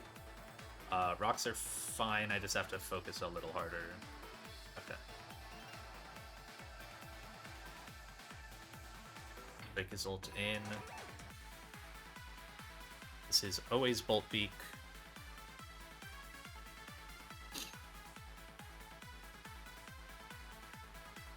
Now this is always Fire Blast. And miss. But if it hits and burns, we have to be pre-tox, even though we're clicking a special attack. Okay, let's get the gem. So, it hit.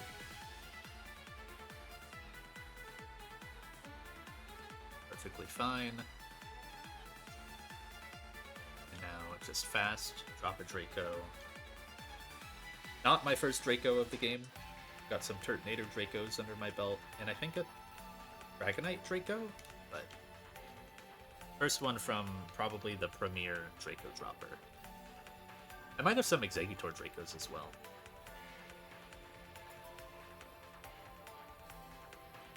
Talonflame, good. So this is why we equip the Ghost Gem to guarantee Talonflame. Ghost Gem shows KO with Phantom Force to Flareon and Solrock, forcing them both to be -1, and it does not show KO to Talonflame. This has to be Brave Bird. It will only ever click Brave Bird. Actually, I take that back. It can click Will-O-Wisp now, but it's fine if it does.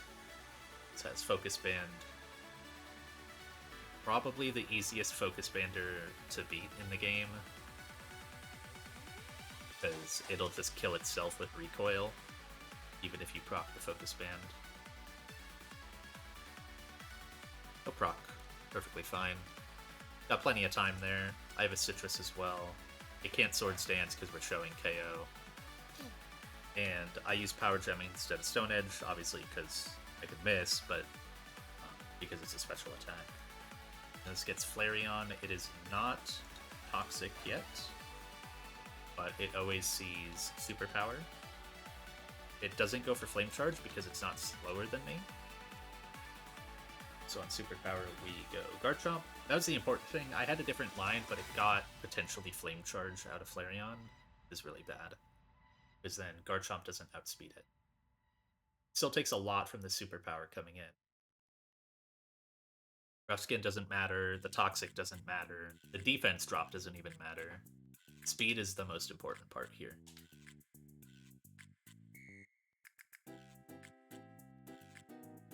Now we get Bright Powder, Explosion, Solrock Blast. Can't boom because it's Final Mon. I could technically stay in here for a turn, but there's no reason to. Magnezone just one-taps anyways. It can Will-O-Wisp, which would be fine. Will-O-Wisp guarantees to save my Citrus.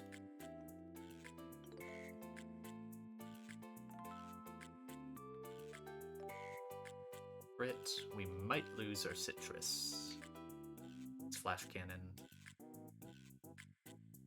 Don't crit. Good. +1 Citrus.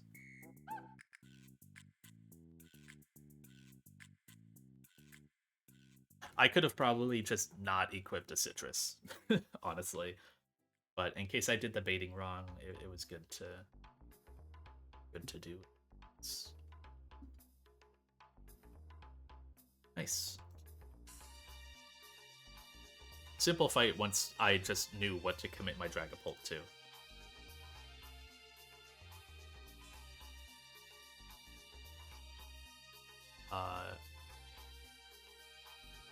speaking of, let's go ahead and change it.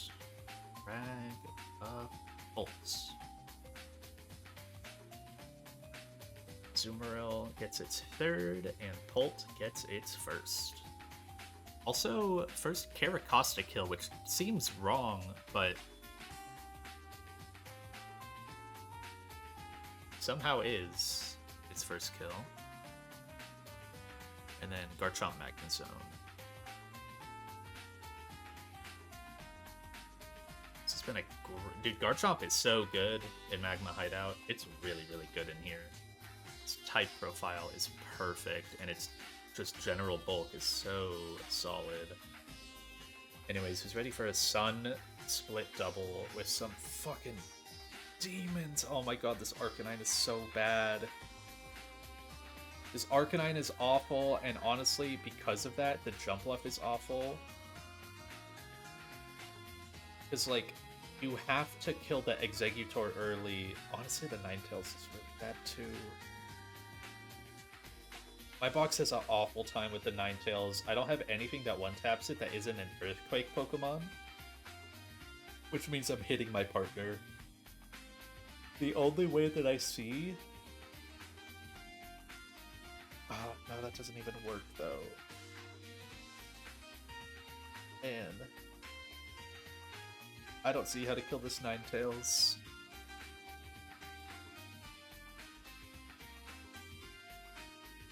As long as Ninetales is there, the rest is really tough. Ideally, you get like some kind of double KO where you get rid of maybe like Ninetales and Exeggutor at the same time, and then you get Miltank, because Miltank is much easier to manage, in my opinion. Especially if you're using a Pokemon like Togedemaru. But, oh man, is it really rough. Might have to leave Eggy side, but that's also really, really brutal.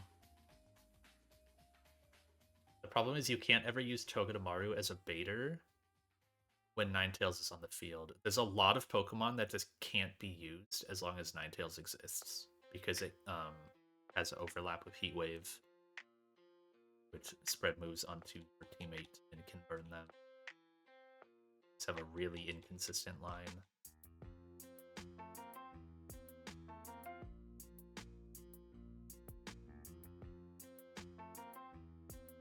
Oh, were there items I could get past that point? Go into 46. No, there weren't. You get the Play Rough TM after the double battle and 2 more fights. Awesome. I guess, well, one thing I do have access to... Oh, well, I already had access to it. Is the encounter pools. I have access to 2F.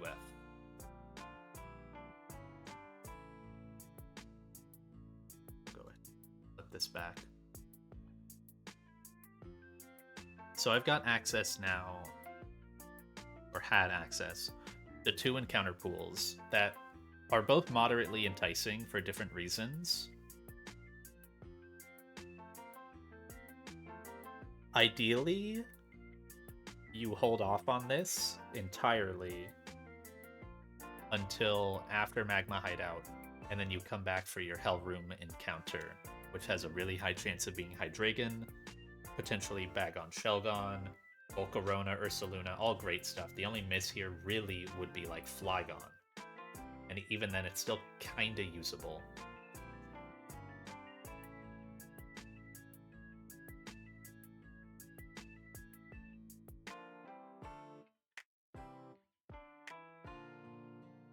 But I already have a Ground Dragon in Garchomp, so I don't think Flygon would be great. Right? It's basically like a 12% miss here. Maybe also Charizard and Houndoom are kind of misses. Bagon Shelgon, really, really solid, so you don't want to Repel Manip. Ursaluna has a 50% chance to be goated, like best mon in the game level, but also Unnerve is still fine. Volcarona, really, really good. T-Tar, I think, would be awesome, especially as a Rock-type refill, because I have 1 Rock-type. and another dark type. Excadrill is incredible. You just have to, I think at that point, you have to commit a scale to get spin on it. Sounds right. Oh, do you always have to commit a scale to get spin? You'll have Earthquake, High Horsepower, Stone Edge, Iron Head. No Bulldoze is rough. You have to have a Rock Tomb instead of Bulldoze as speed control. But it's manageable. So yeah, I guess this thing always has a... Because I don't think you can ever get Drillbur at this low a level. Maybe you can. I feel like most of the time you spend the scale to level up your Excadrill. Or get it Rapid Spin. Which is worth it. It's a really good Rapid Spinner.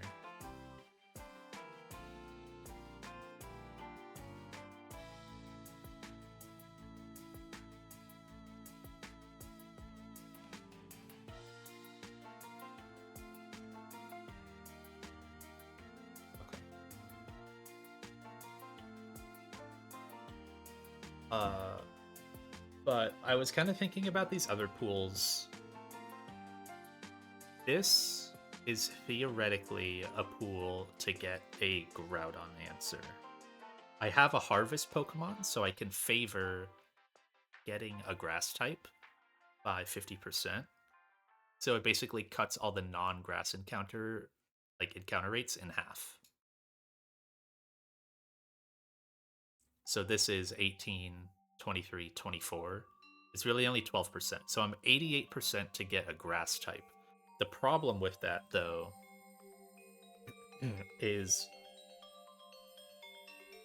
when looking at the Grass type pool that's here, really only half of Shiftries, all of Victory Bells, and only Lilligant Unovas are able to actually beat Groudon.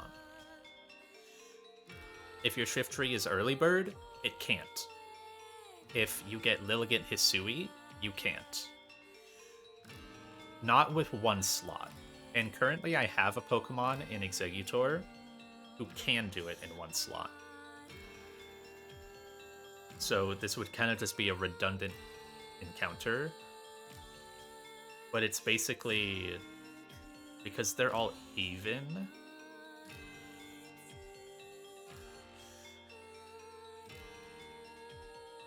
it's basically like 13% Shiftry that's good, and then 13% Shiftry that's bad. Or no.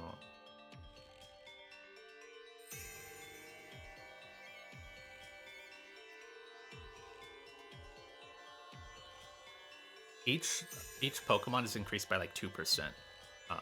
Each Grass type is increased by like 2% on average because of Harvest. So it's like 15% Shiftry usable, 30% Victory Bell, which is really good, and then 15% Lilligant that's usable.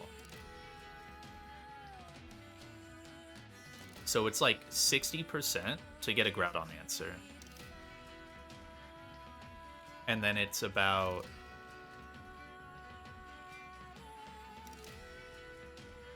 It's about like 30% for a non-Groudon answer Grass type. So basically a wasted encounter. And then theoretically, if I got Arcanine, Houndoom, Charmander, Charmeleon, I then just say, okay, you know, I take that. Arcanine is great. Houndoom maybe has some niche. I don't think it's great. And I don't know where you get the Mega Stone, but you probably don't get it.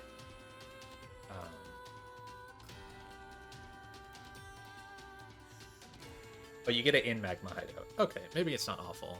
But its ability is bad, right? Isn't it Solar Power? Yeah, so it's got a useless ability. It's just got really high stats.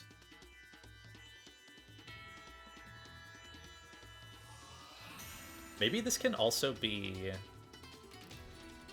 a Groudon answer, a sack. But then you don't have Mega Beedrill, and I think Mega Beedrill is one of the best Pokemon I can use in that fight. Because this could probably fire off like a really strong um, Solar Beam or Overheat. Does it get Overheat? No, they didn't give the Fire type Overheat. That's good. Why did they not give this guy Overheat? It honestly, it might be too strong if it has that move. Give it Fire Blast. It would also be Solar Power boosted, so maybe Houndoom can do it. Actually, it almost definitely can. Even with, like, Flamethrower, it probably does enough for another Pokemon to finish Groudon with, like, a pivot move.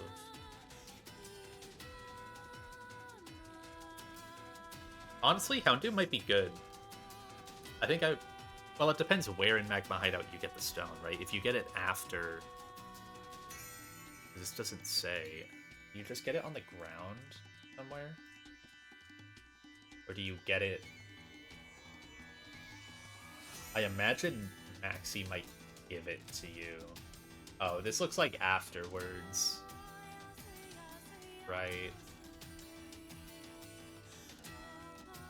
Oh, I didn't load the images. Oh no, it just doesn't have an image.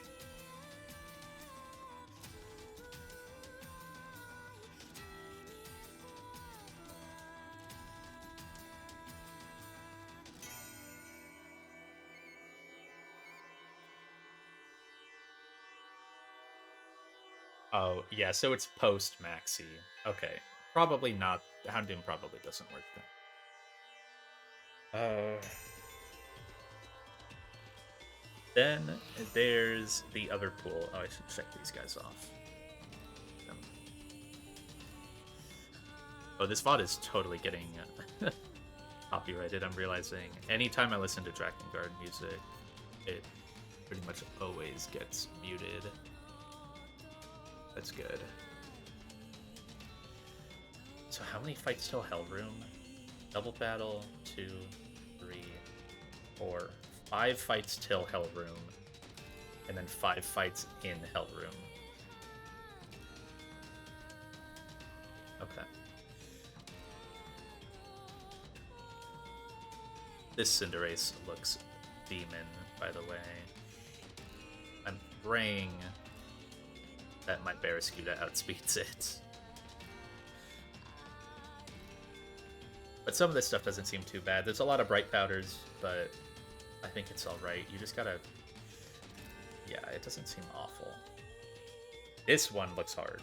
This Electrode, oh my god, this Electrode is so bad. Even if you get it last, it's so bad. Honestly, is there a PP stall angle with this guy?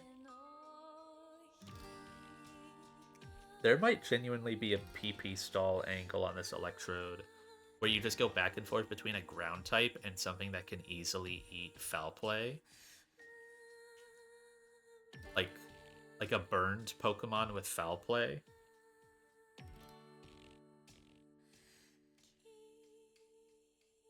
And run it out of one of them. But it can also just, like, always swagger, you know? Unless your ground type is always in Foul Play range. And then you just switch around the swaggers and then eventually go to a ghost type on Explosion. It's possible. That guy looks awful. But the fight I'm on right now is really, really tough. There's one facet of this fight that's really interesting, and I want to abuse it, but I don't know if it's good. And it's forcing Ninetales to imprison. I've looked at this a lot. I don't know if anyone's done it. I mean, I'm sure people have, but I haven't seen a VOD of anyone doing it. As long as you don't give Ninetales a kill on turn 1, if you have a Pokemon with one move that it has, so Scorching Sands, Flamethrower, Heat Wave, it will always imprison. Now, the one thing is, Imprison can't be blocked by Protect, so you can't do this for 2 turns. Imprison is like a stage effect. It's not actually in like a taunt that can be protected on. So I can't do like Heat Wave protect Torkoal, but I can do it with Turtonator. Turtonator can sit there, gets no kills out of Exeggutor, gets no kills out of Ninetales, and guarantees Imprison. And then you can sit there and just drop a big Draco on the Ninetales for a lot of chip. And I genuinely might need that chip. One of the main combos I was thinking about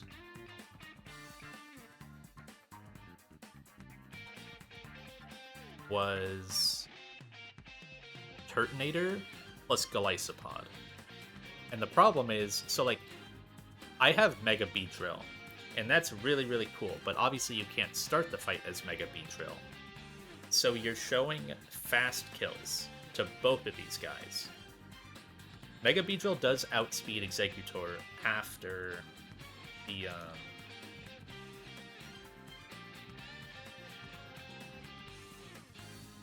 Mega. Sorry, I'm getting a phone call. I will be back in a minute.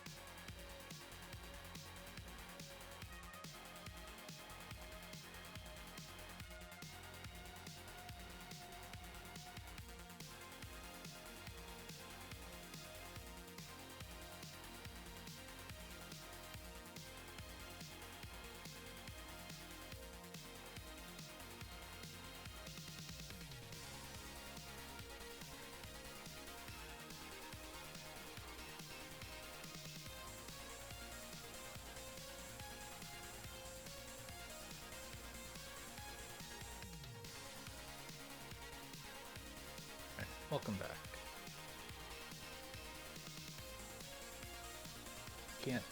Can't really not take a call from my parents.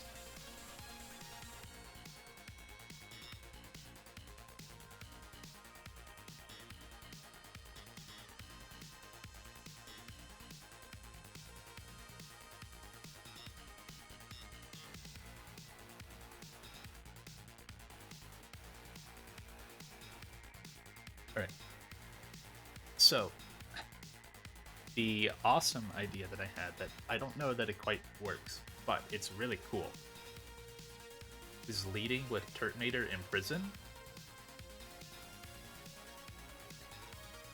Oh, what if I did like a late Turtonator entry?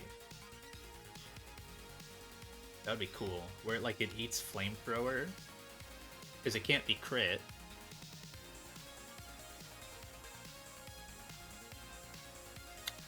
It really struggles to like eat moves and then not bait Scorching Sands after, especially if I'm... Yeah. Especially if I'm getting Arcanine. This Arcanine is so brutal. 5 Papa as well.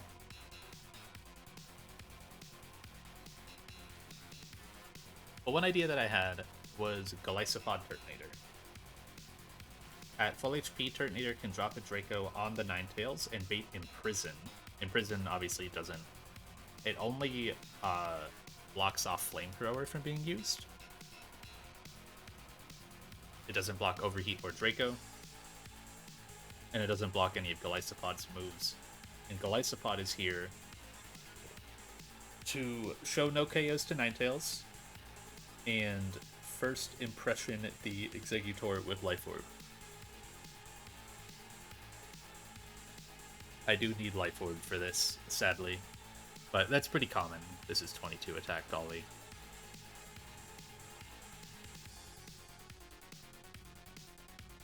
Then... So Turtonator can kind of have whatever item it wants and fire off a big Draco. So it can do... Well, not any item, but mostly any item. It can do about half to the Ninetales, and I can kill Exeggutor. The problem is the turn 2 scenario in basically all of these cases, because then you have Golisopod, who's kind of a sitting duck. It doesn't do a whole lot.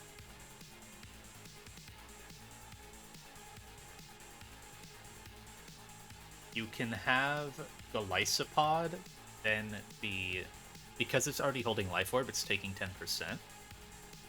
It can then fall into an HP range where it... You can have it pre-toxic or pre-poisoned. Probably pre-toxic, so then you can use this as an E-Exit Mon later. So it has a bit more HP. You can have it fall to exactly 153 HP with Toxic and Life Orb off of your first impression.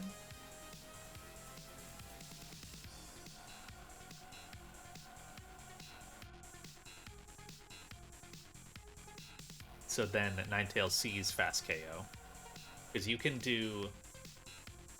You can theoretically, when you're holding Life Orb, do a maximum of 22% damage to yourself in a turn, or in a post-turn. But I probably want to do 16% with 3 Tox. So that will bait Flamethrower from Ninetales because it's done imprisoning. The problem then is, okay, what comes in for Exeggutor?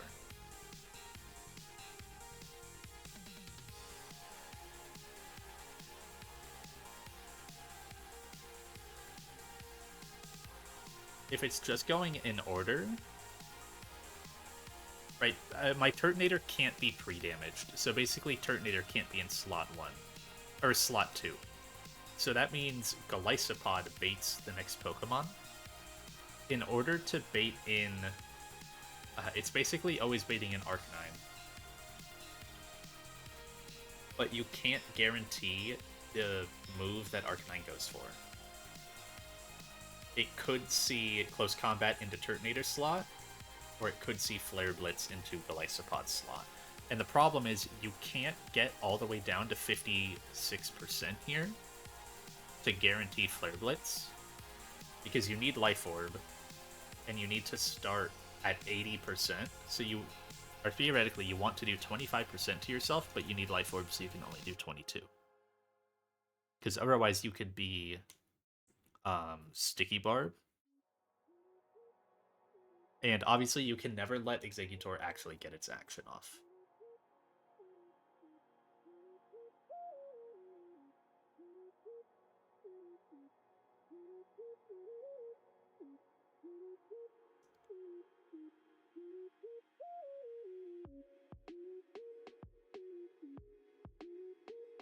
So you can get Golisopod to an HP where it baits out Arcanine and guaranteed baits Flamethrower from Ninetales, but then your turn 2 position has no momentum at all because you've got a -2 Turtonator sitting there that's not baiting anything.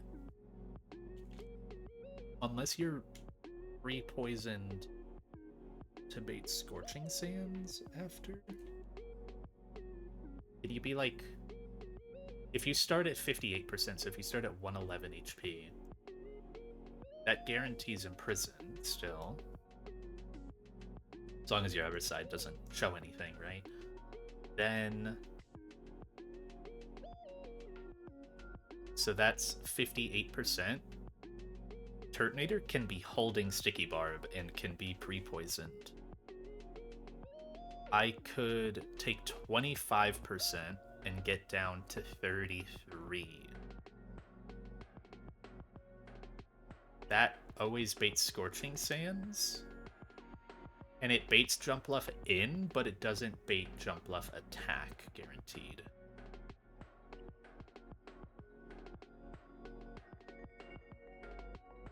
And if you want to be higher than that... Oh wait, that can guarantee close combat, can't it?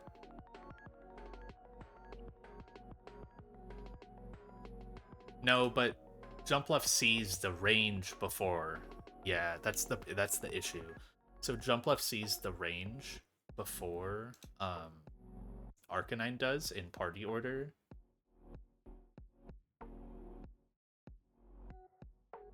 So if you're at 63, Jump Bluff sees that.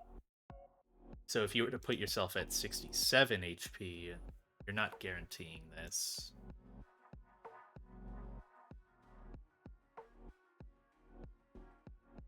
It shows guaranteed here, like 100%, but obviously in a double battle, there's a couple rolls where it would not get CC, and then might do something. Nice stream title. Oh, I forgot to change it. I meant to change it. I'll let MHO. Thanks. Double? Dude, it's so bad. I have no fucking way to kill the Ninetales. I haven't been on it too long, but it's awful. It's so bad.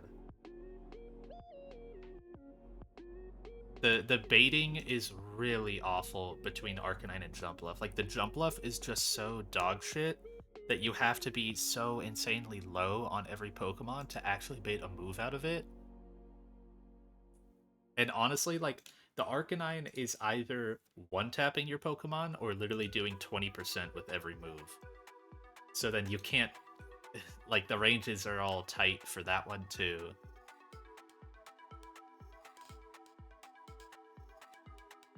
Hardest fight before Hellroom. I can see it. There's a couple others in here that seem hard. I'm really scared of this Electrode. And the Cinderace. Cinderace might not be awful, though, now that I have Caracosta, maybe? Because it takes Low Kick probably pretty well, and Power Gem hits through Bulk Up, so...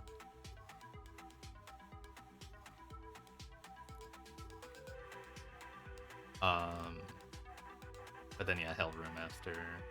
And, like, there's this fight with the double Bright Powder, but if you get Skuntank last, it shouldn't be awful. I don't know, it's still kind of a hard set.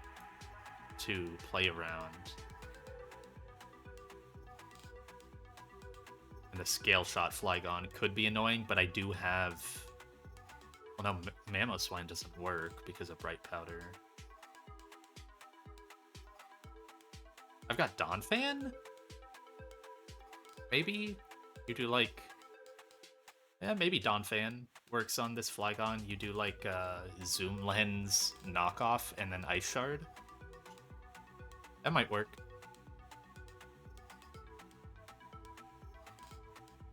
Focus Sash Zoroark also may be a little annoying, but one thing I noticed is it's got Grass Knot, which is a contact move and can hit into my Garchomp or Toad to break it. That's maybe a play. I don't think the Silvally will be bad, though. I'm pretty sure Barraskewda can one-tap that. So pretty much exactly copy this fight. I'll look later.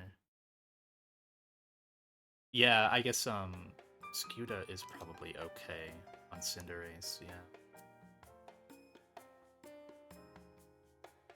So Senti and a rock type can stun lock the jump left. Oh, just pivoting between the two of them? Yeah. I should look at Centiskorch a bit. So, what I might have to do... I guess Centiskorch... no, it still really cares about Heat Wave. Do I have a Pokemon that baits only Flamethrower? And non-ancient power from Exeggutor? Because Centiskorch... Oh my god, but with the Tanga Berry... I can just be like Charcoal.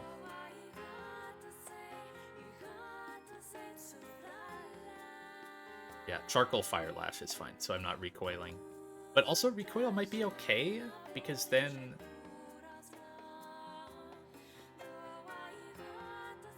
Dude, Senti takes nothing from this. You'd have to be so low, and at that point, you need Ninetales dead. Killing Exeggutor is not my issue, it's the Ninetales. This thing is super hard for me to beat. Oh, simply fast 2-hit KO the Ninetales. Oh, you're right! Why didn't I think of that? No, I have nothing that does that. Maybe Dragapult now? No.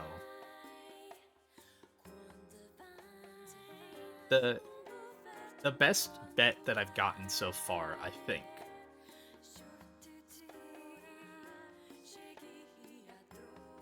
is Imprison baiting. Because if you show no kills to Ninetales, highest damage is only +8. Imprison is +9. So I can do that with Torkoal or Turtonator, because they both have Flamethrower. Or Torkoal would have Heat Wave. I can lock Ninetales to Imprison. The problem is Turtonator kind of sucks. And it only buys 1 turn. Yeah.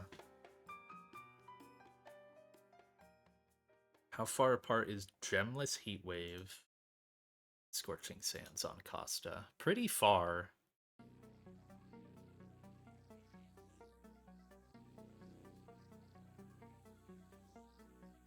Yeah, pretty far. Gemless Flamethrower, 15%. Maybe workable. Obviously no shell armor, but... Imprison up. Yeah, I've looked at Imprison stuff, and it really only gets you a good first turn, and then your second turn is awful. Because you've got a Turtonator that's -2 on the field, that baits nothing, and then a Golisopod that is also super slow and does nothing. Like, yeah, you can kill Exeggutor, but it's bad. I can't use Beedrill because I bait Heat Wave. Random move. A lot of my fast options just don't work. One thing that's maybe noteworthy is my Dragapult outspeeds Eggy. Does it kill with Life Orb? Probably not with minus attack. Yeah, no.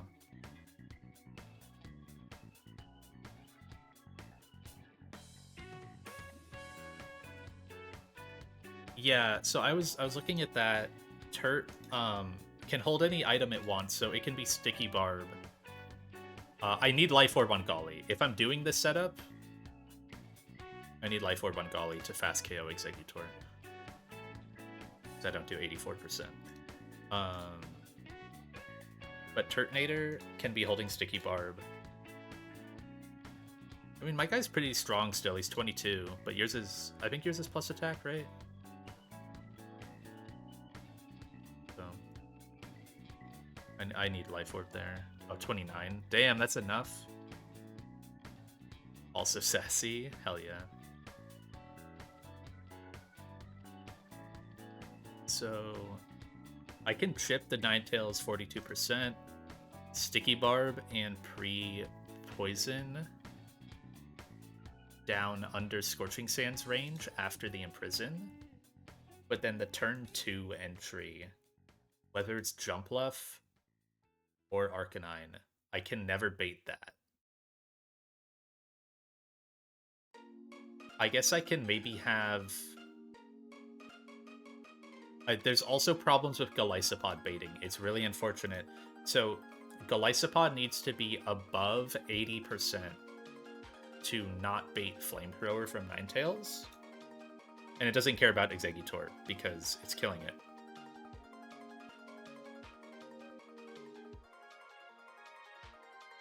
Then, so, yeah, it's just super inconsistent because I can bait in...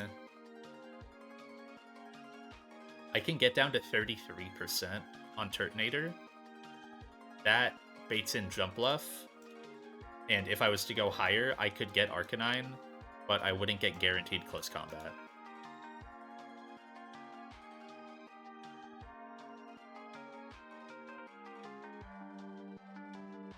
Yeah, I don't have the fast KO on Ninetales set up.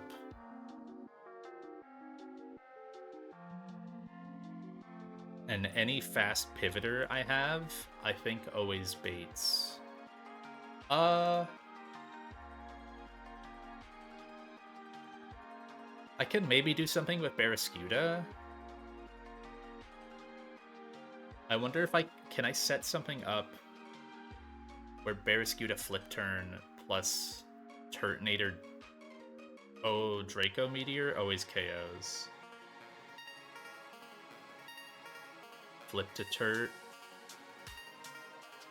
Maybe. Yeah.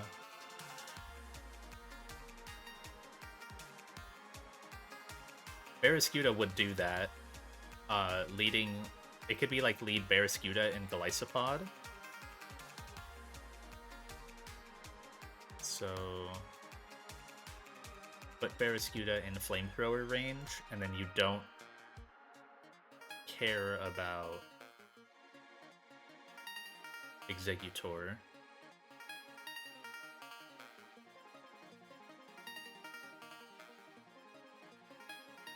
Because you're just fimping it. But yeah, Golly still needs to be above 80% because slow kill, fast kill, right? And Beedrill doesn't work because you start as base Beedrill, so it sees slow kills, or it sees fast kills. So it won't like go for the other Mon.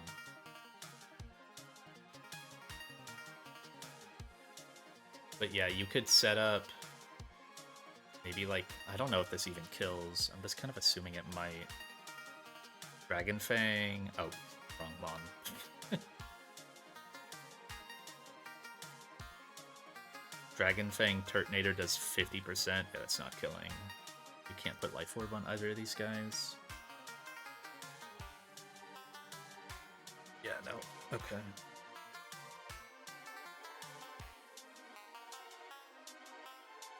I don't have any pivot move that does more than 50%. I doubt.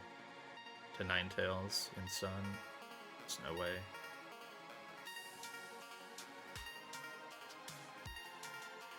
B beats Egg, but the problem is it baits Heat Wave or Flamethrower from Ninetales. So I've looked at B plus Fake Out. All my Fake Out guys bait horribly. They bait... I mean, Togue, unusable. Bugweight's triple fucking random move. It's unusable.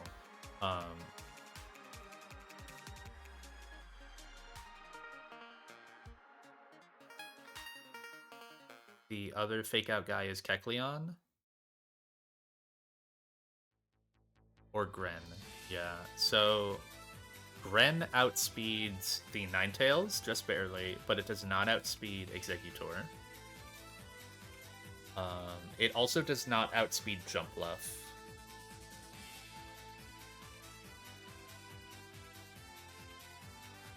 Gren can fling it for how much? Yeah, as long as B outspeeds Eggy. Yeah, U-turn KOs, it does. So you would fling it for 15%. Let's drop Turtonator. I don't know that Turtonator is useful here. You can also have Gren be pre-damaged to bait Flamethrower. I think I went down some kind of line like this at first. Or like as one that got furthest before I stopped looking at the fight. Is Gren can fling Ninetales and then be in range to show slow KO to Ninetales and then fast KO to Jumpluff. So then something just has to switch into Solar Beam and Flamethrower.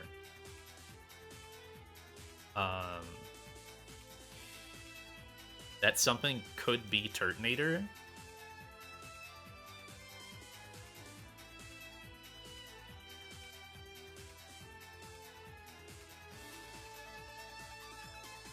But the problem is, so if you're U-turn KOing the Exeggutor, you can go to anything.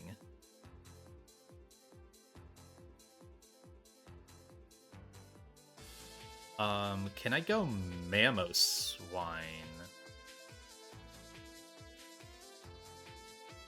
How does that match up? No, so this is the issue, is Mamoswine would be a really good way to beat Jumpluff, but it barely baits Flamethrower.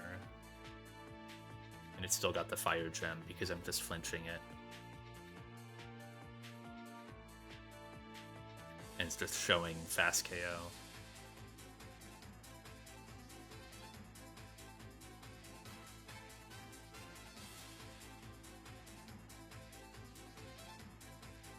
I could U-turn to D-Knight.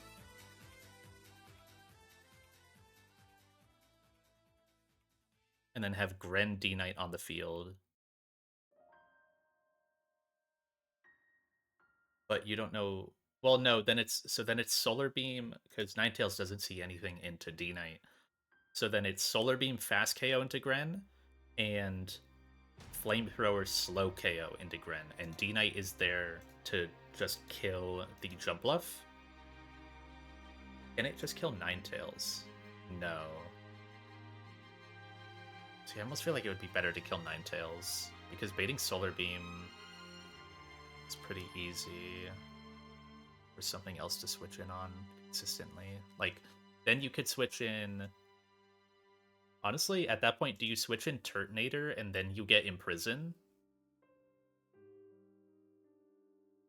Because you're switching into Flamethrower for 30%. And then Jumpluff for 13%.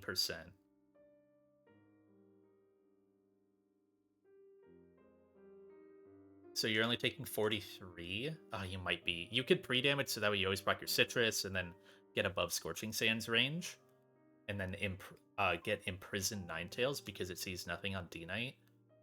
But then Jumpluff dies and you get Arcanine in. And it intims your D-Knight and is kind of just doing whatever. You can't...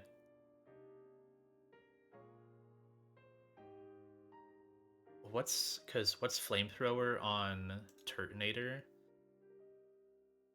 You can... Oh, can you manip that range? That's a really tight range. Can you specifically be... Oh, that's a 3% window. There's no way. The variability on this alone is too much. Because if you took Solar Beam and Flamethrower, Can Oran fix that? Oh, gem gets burned. You're right. So you eat the gem is gone. Okay, that's much more doable. Yeah. You just have to be under 33%, but above 21%. I think that's always doable, even with maybe just like an Oran Berry. So then Turtonator always baits fast KO, Scorching Sands, and close combat. Oh, well, you have to make sure you're above 22%. Um, so then I guess it's a question of what is D-Knight doing that turn? Zatu time. It's seeming like it. What is D-Knight doing that turn? Am I just pivoting out? Because it's -1. And again, Ninetales is still at 85%, so I can't like Draco it.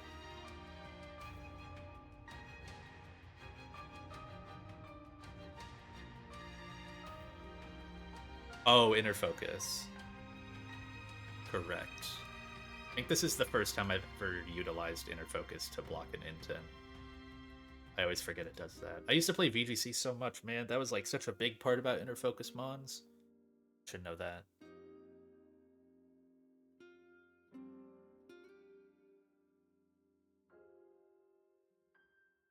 It's your item. The only problem is it's Iapapa Berry, so you have to like low hit, high hit the Arcanine.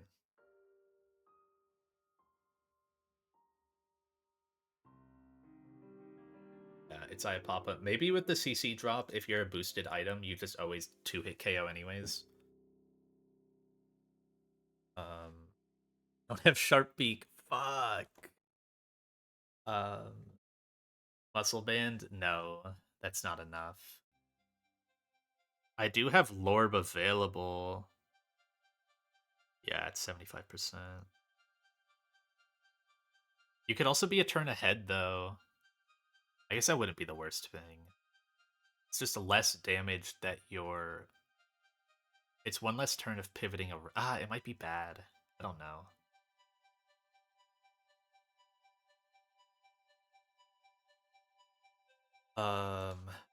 Yeah, no Sharp Beak, so I gotta go Life Orb. That always does it. Yeah, I'm thinking like in the 2v1 against the Ninetales with its Fire Gem already burned. It's probably okay.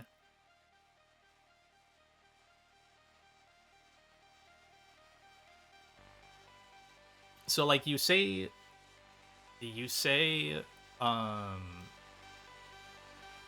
Zatu, but I feel like if I want to keep... Oh, no, never mind. Wait, but the Fire Gem is gone. Oh, but I'm taking a CC. Yeah, no, you can't be Corv. I go Golisopod.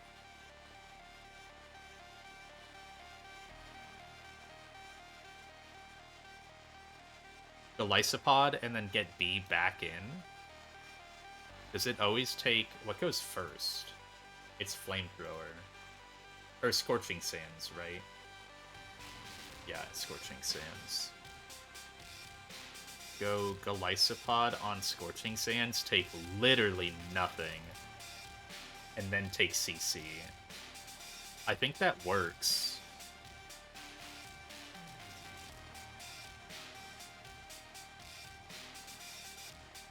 Then you get B back in. Yeah, Gully eats both pretty easily, even if it's like... Yeah, because CC is a bit higher, even if it's Scorching Sands crit, you'll still be fine to get CC to be the one to always exit you. And then you go back to B. After King's Rock, it's still not enough to KO Ninetales. Because it was at 85%.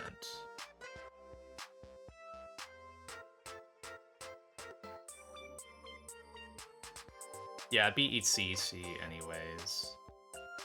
So that's alright. Yeah, it takes 20%.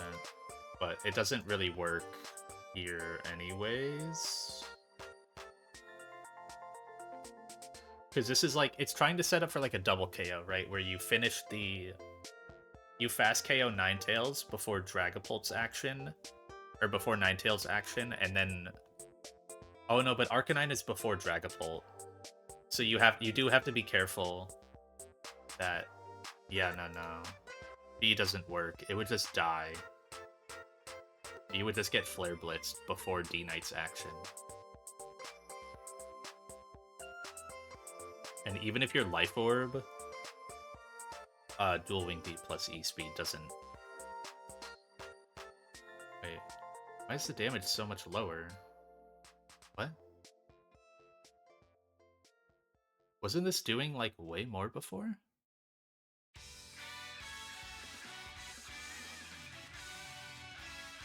What? Am I crazy? Wasn't this Dragonite doing, like, way more damage with Life Orb before? Oh, -1. It goes -1.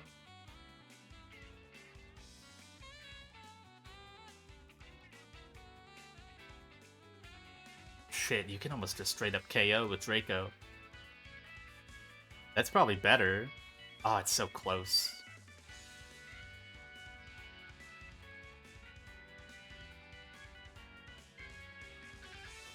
Because, yeah, Dual Wing Beat plus E-Speed is not enough, but Draco plus E-Speed is enough. And you kill Arcanine. That's better. Yeah. That's better. Because if you don't kill, or if you do kill it, then, like, Dragonite just helps beat the Ninetales, or... Yeah, it helps beat it with E-Speed, which is fine. It doesn't really matter. But if you don't KO, then it's just Arcanine CCing. Or no, Arcanine's always CCing. Then you just E-Speed after and kill the Arcanine before it can kill your theoretical fast Ninetales killer. Whatever that could be. That works out. Because it's 96 plus 56, that's more than 150. So then what is killing Ninetales? Because it's not Beedrill. We gotta do 85%. Barraskewda's not enough. Just turn on Oko colors at this point. Ideally, it's something... It kind of has to be something faster than it. I mean, my Oko colors aren't great here.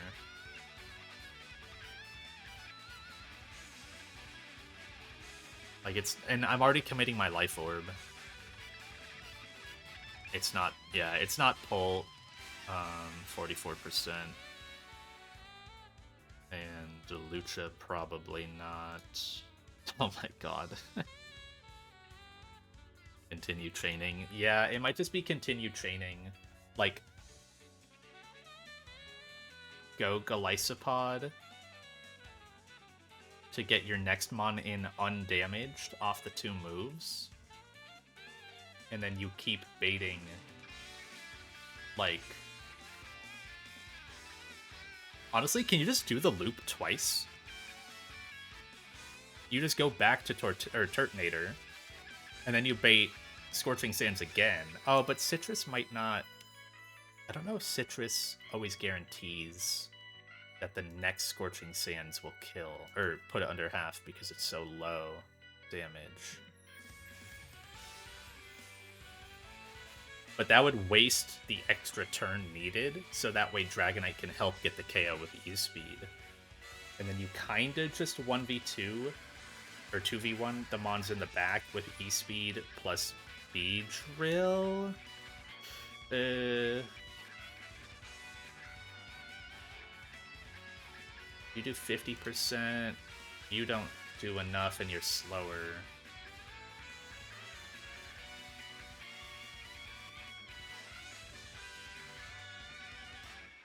I know there's like this weird Custap Berry natural gift guy. Sturdy, that's kind of scary. But I feel like I've got Draco Meteor. I've got Life Orb Draco Meteor waiting for it, right? That does 80%, so you just have to chip it a little bit. And then it won't be able to... Yeah, I know there's some weird shenanigans with the Custap Natural Gift. It does dynamic speed, so you have to be careful with it. -2. Oh, because I'm Dracoing the Arcanine, yeah.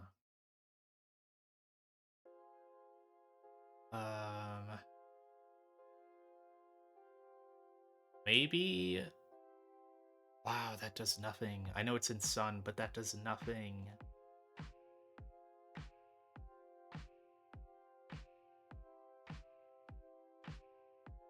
Banger, Fury OSD. It's true. It's true. Is there a setup where Greninja, because it needs King's Rock, is there a setup where it's pre-poisoned and somehow gets low enough for Torrent? It can go down to 54% after the King's Rock turn, or after the Fling turn. Then it has to switch out. When you bring it back in, it goes down to 42, so that's not Torrent. So it needs like 2 turns to activate. Because I'm thinking if you get it to Torrent... Oh my god, it does nothing still. Dude, what is this Arcanine?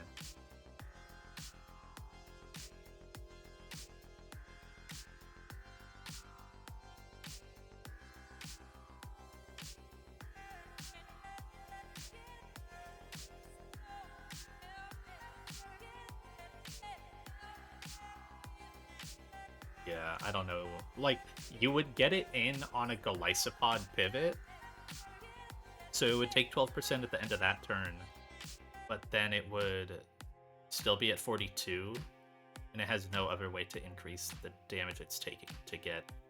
Like, unless it's helping kill both Pokemon that turn, and then afterwards it can be in Torrent from the poison.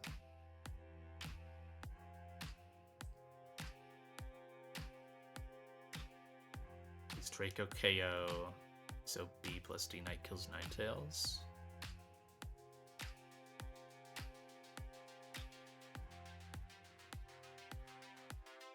Yaboka. Okay. I guess I should do a little check-in. So I think it's the Roaps I have one of.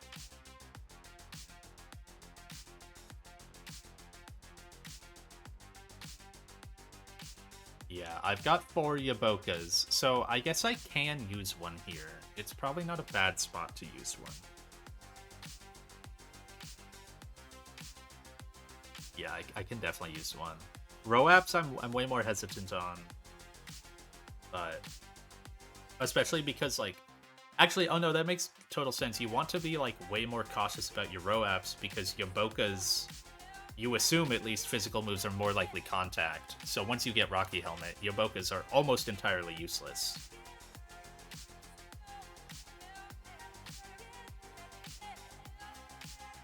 So yeah, Yaboka... last Roap is... yeah, no, it really could be. I can totally see it. It's unfortunate that I didn't get the Harvest proc on my Exeggutor to get the Roap back. That would have been so hype.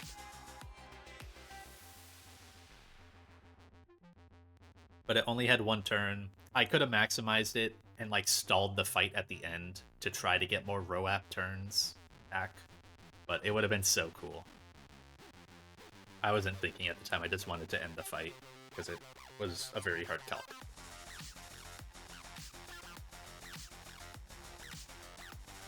So, yeah, so I guess, what, Yaboka Roap is 12%, and then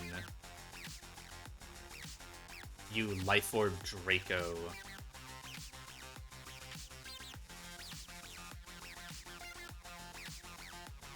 To do the extra,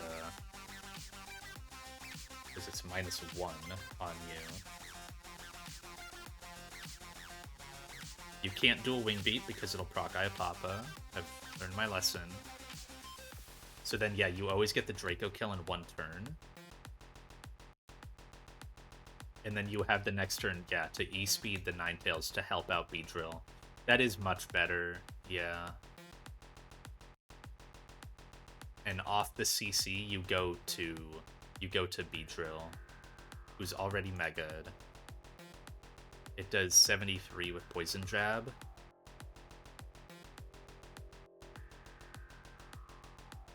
Fast KO from Cal. Yeah, because right now my issue is what I do 50% with on Miltank here, but then not enough with Life Orb E-Speed. So yeah, I need to... Oh, excuse me. I basically need all the chip on D-Knight from Life Orb and potentially a status to...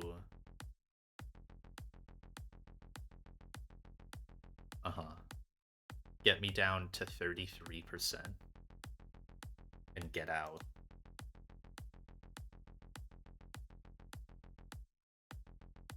Go Pult. Pult on return.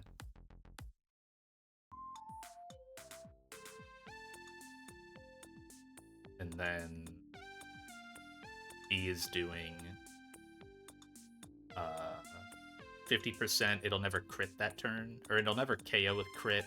If you leech life, it could KO with Poison Jab, but Pult or B faster. B is 258. Pult is 251. That's bad, right? Because you want the Phantom Force early? Or no? Oh no, it's the damage difference, right? You want the special attack after.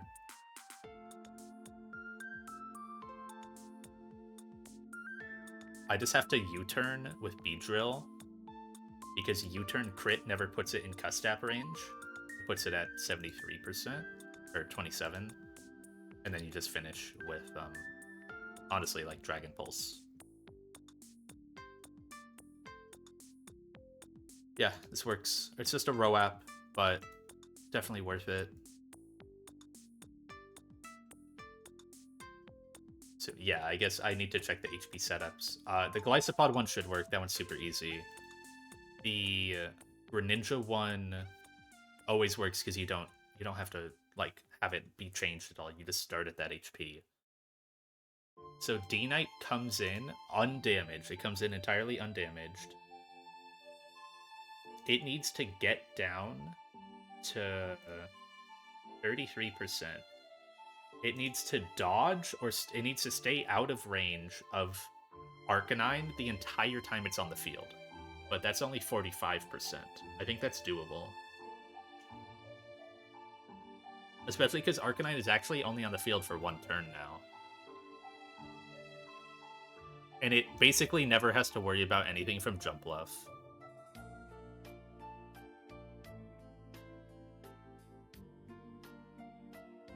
Poison Life Orb. Honestly, oh no, yeah, it does need that little extra bit. It does need to be Poison Life Orb. You're right, because I can't go from 46 to 33 in the one turn. But it's close. Or no, I can. I don't need poison because it's the turn to kill Arcanine, and then it's another turn to kill Ninetales. And this thing will have its Fire Gem gone at that point. So its damage is even lower. It's only 29%. So yeah, I have the extra turn then to 2v1 the Ninetales, guaranteed. Because it's just not getting attacked. And then E-Speed... yeah, Fling plus Life Orb E-Speed. This does a bit more. And then Poison Jab does enough on Ninetales. So I just need to be at like... I need to be at like 53% when I KO Arcanine. Which means I need to be at 63% when I KO Jump Bluff. Like, as I go to click the move, not after.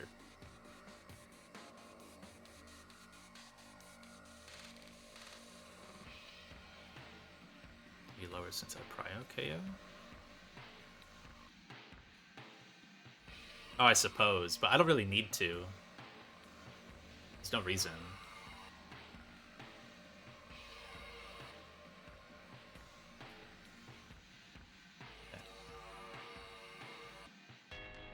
Yeah, I'm gonna count the turns out and make sure I get it right, but the setup does work. With only Life Orb, you don't need Poison on Dragonite.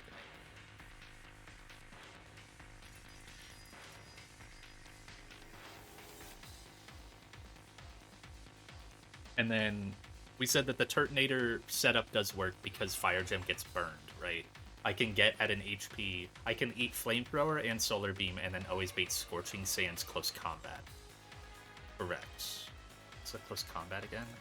It's like, you need to get under 33, but you need to be above 20? Yes, you need to be above 20. That is totally doable. I could even have like an Oran Berry, potentially. I'll see. But that is definitely doable on Turtonator. Because the moves you're taking are so weak. It's boosted Flamethrower, and then it's Solar Beam, which has a 2% range. It's like, it's 2% range and 6% range, and you need to fall into a 13% window. So it's super simple. A nice triple dragon squad, by the way. Dude, I have so many dragon types. It's insane. Do I have 7 dragons?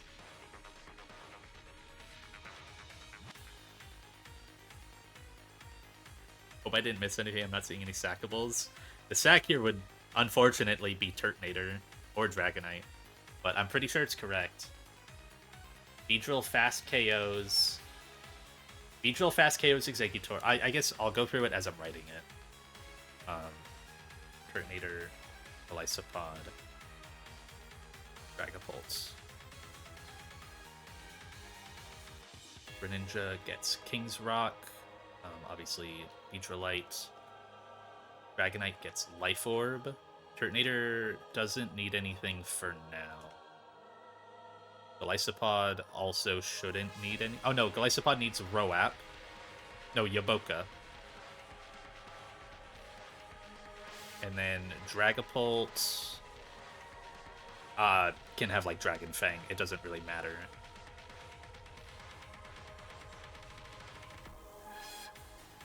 Honestly, it could be itemless.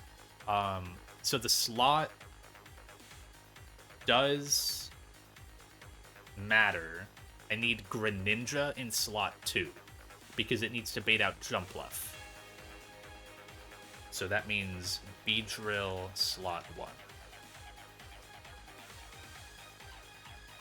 Because the Executor is the slot 2 here, correct?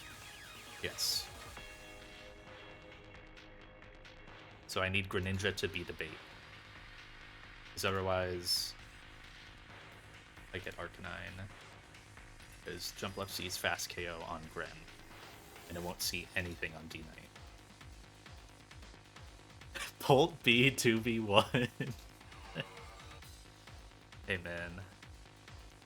Okay, so I know I need Greninja HP. I need Dragonite HP. I'm just marking them all. I'll get the numbers later. I need Turtonator HP and Golisopod HP. I don't need Beedrill anything. I don't need any pre-status. No.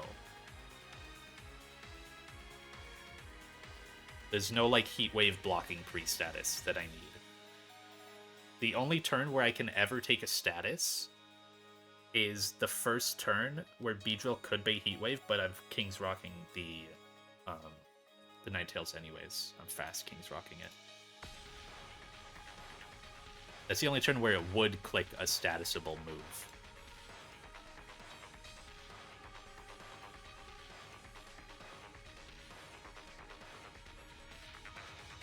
Then, so I'm getting CC here? Yeah. Okay. Yeah, I was so, like, honed in on the imprisoned thing, but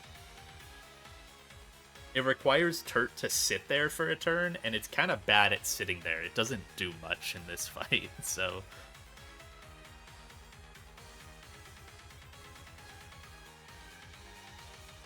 Like, who would it hit? It would hit the Jumpluff, I guess.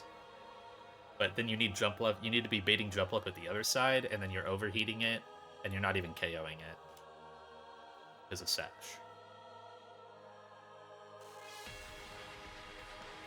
It's also just really hard because like I can get imprisoned, but then Turtonator is absolutely useless the next turn. So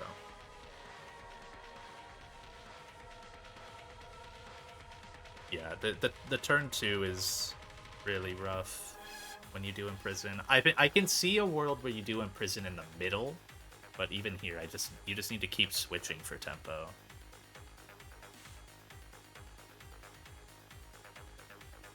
Turt is like too bulky for the other stuff in the fight. Like it's good at baiting Scorching Sands, but then everything else does like 20% to it. So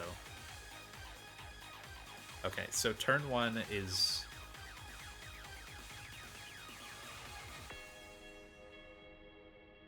Poison Sticky Barb. Yeah, Turt can do that. It can do that for Ninetales, but it cannot do that for any other Pokemon. So it's kind of useless unless you're already in a 2v1.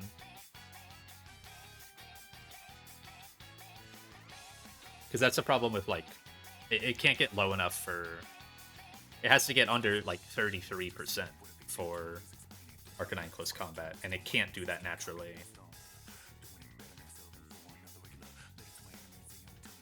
Okay. So I'm clicking Mega and U-turn to Dragonite on Executor. It's a very long turn.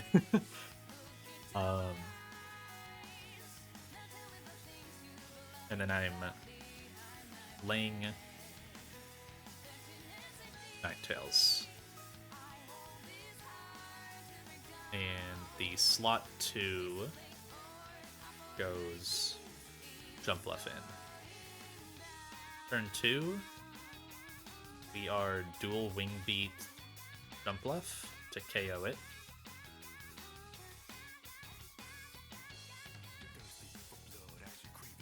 Okay, let's just go as we're going through the fight. What does Greninja's HP need to be at? It needs to be under... It just needs to be here, right? 57? It just needs to be at 120. Fire Gem boosted Flamethrower. Doesn't want Heat Wave. Doesn't care what egg he baits. And just needs to bait Solar Beam. So, yeah. And then D-Knight never... Once D-Knight is in, it never shows any... Also, it never shows any fast KOs to Ninetales, so it'll always go slow KO D-Knight. Or slow KO Gren. So, Gren needs to be at 120 HP.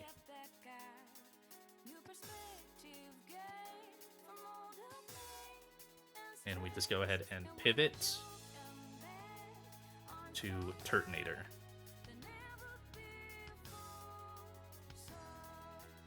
And this will be Arcanine in. So what HP does Turtonator need to be at to take a Fire Gem boosted Flamethrower, Mineral? It needs to be...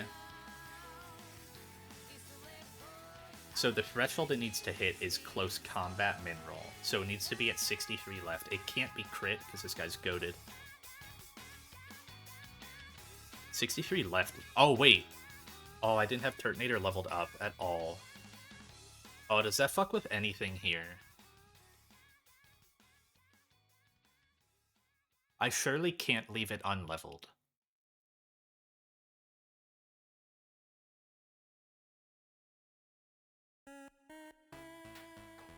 Because it would be in for too many...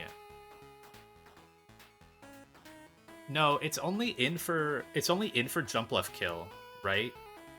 Isn't it only... There's no way it levels up off jump left KO. He's in for one turn. And then once he's out, he can level up after. I don't care. Because he'll get the Arcanine and Ninetales XP. But as long as it doesn't level up... Oh, why am I here?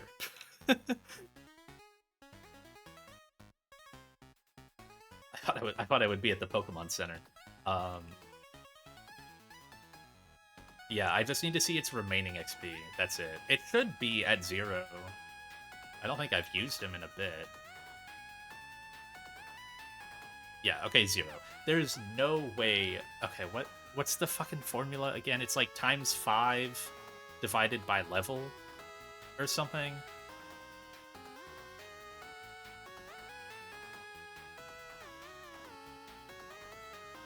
It's like base... Yeah, Megazard did 5,000, so... I can leave Turtonator. It gets XP for Jump Left KO while it's on field, but then it switches out after or before Ninetales or Arcanine KO. So it doesn't care about that. I might level up in this fight, but it won't ever see the field again. So I guess I'll just note to leave Turtonator level 73, just because I calced it like that. And it doesn't make a difference. There's no one else that's under-leveled here? Double check. Okay, no. Good.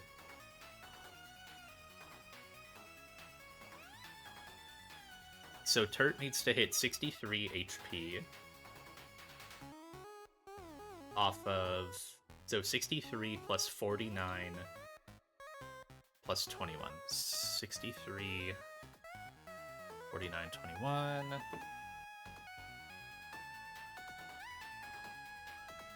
I need to check. I got some time. Okay. I know my family's coming home in a bit, but I think I can get this fight done before. 49 plus 21. So I need to be at 133. Those are all minerals. I'll figure out Dragonite HP later.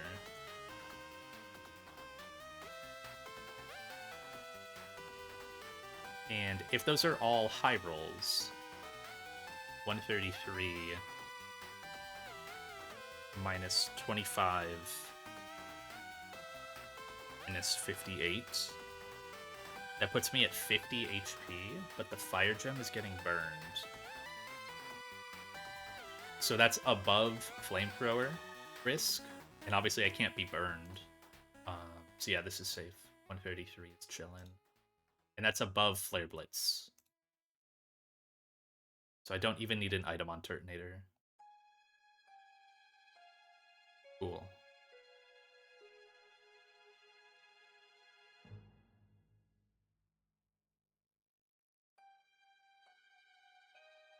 Alright. So then... It's... Draco Meteor... Arcanine... while baiting fast KO from Arcanine and Ninetales into the Turtonator slot and give it Gliscopod. And I'm going to E-exit back to Beatrill. Right? Yeah, Beatrill. Okay, so what HP does Gliscopod need to be at? It's going to take a unboosted... Oh no, it's going to take a Scorching Sands first. What is my HP threshold for half? I'm always scared about the number that I need to hit. So I'm at 227. If I get hit to 113, that will exit me. Because it's an odd number. Is it 112?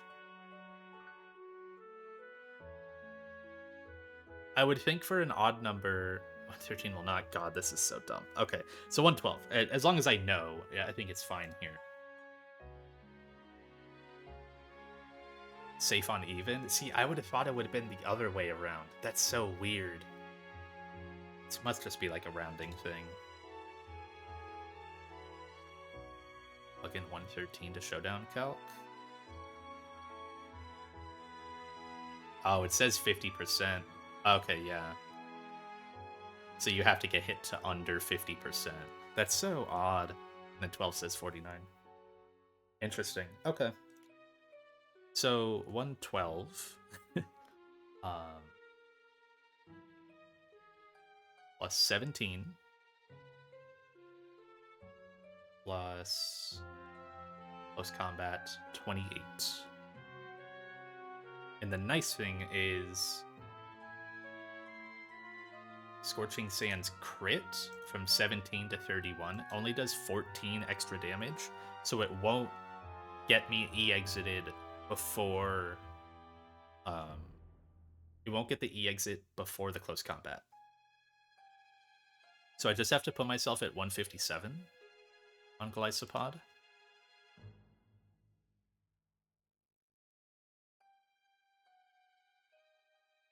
Change HP IV to see if...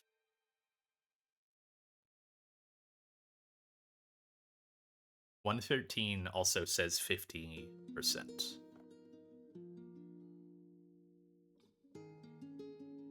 Interesting.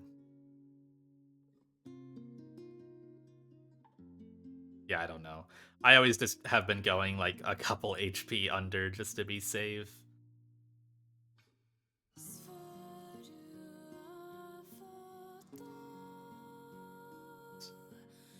Yeah, if I can, I should. Yep.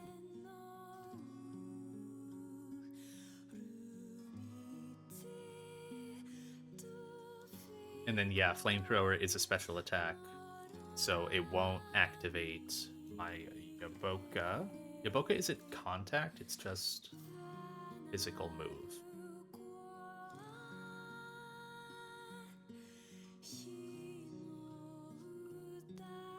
So yeah, it will always get exited and do Yaboka onto Arcanine, making it go down to 88%.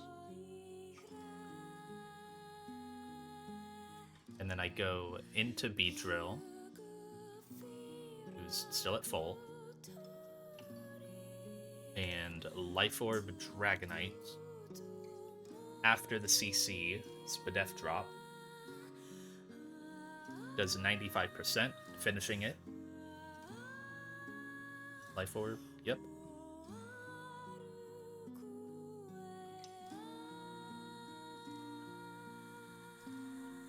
So that's Arcanine dead, and then that's a 2v1.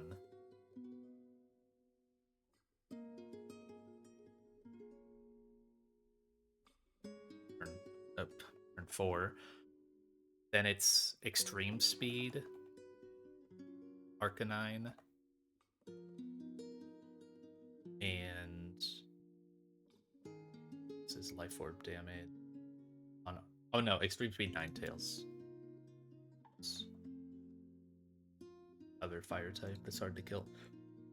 For 42%, the Fling did... Just double check. Shouldn't do much. The Fling does 14.6%. The Life Orb E-Speed does 42, leaving it at 44%. It doesn't matter. Beedrill, Poison Jab always KOs. Before Ninetales can do.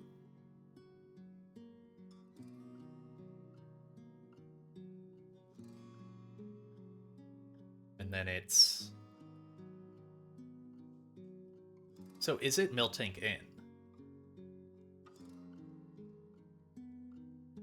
It sees slow out damage on Beedrill, but Donphan has slow KO. So I have to pre-damage my B.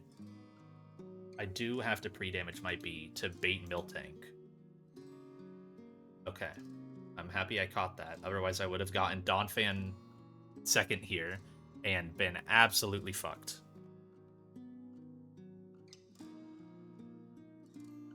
So Beedrill, honestly, it doesn't even need to be in like range of this, but I'll do it anyways.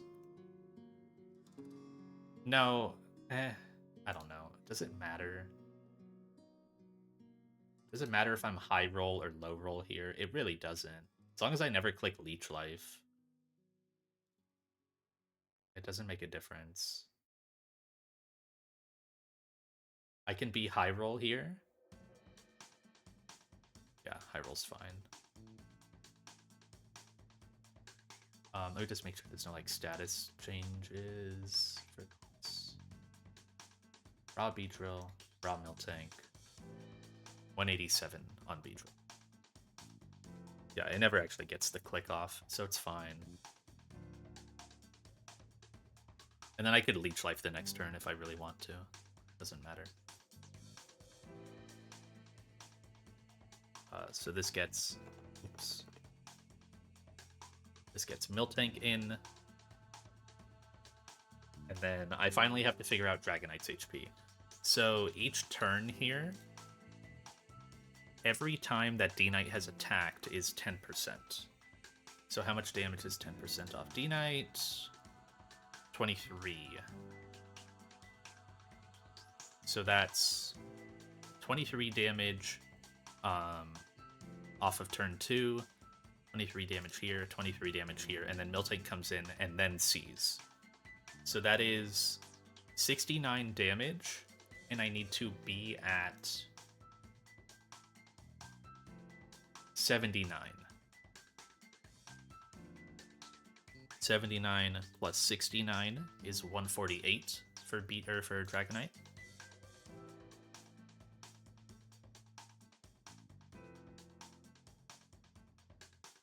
So that means... Let's just go through turn by turn to make sure it's never in kill range of anything. So it starts at 148. It comes in completely undamaged.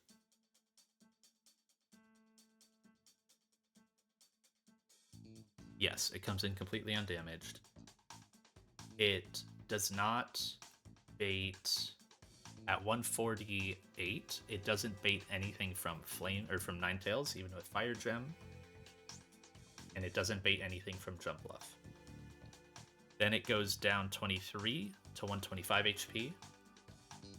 Fire Gem is gone, but it still wouldn't bait anything from Ninetales. And it does not bait anything from Arcanine. Then Arcanine dies, and you go down to 102 HP. Wait. Yes. Yeah, you go down to 102.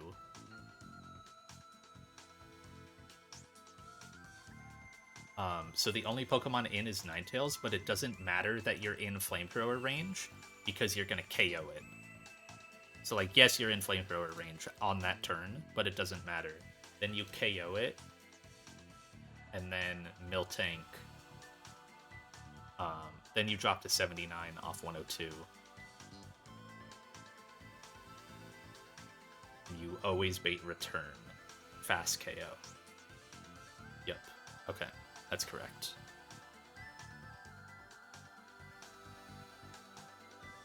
So then you pivot Dragapult, and it doesn't really matter what you click, because it's going for fast KO over slow KO. I don't care that I'm showing KO to Miltank here, correct? Yeah, that's fine. Oh, it goes for guaranteed fast KO. Scared myself for a second. So I can just... Honestly, I could leech life. It doesn't really matter.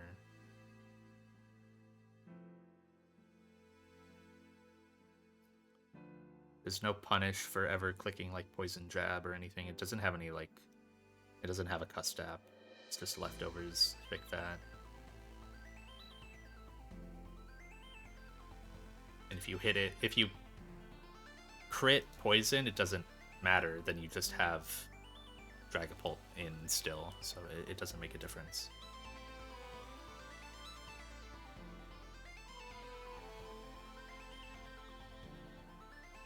Poison Jab the Miltank, and then turn 6, I guess you just Poison Jab again, and it doesn't matter what Dragapult clicks.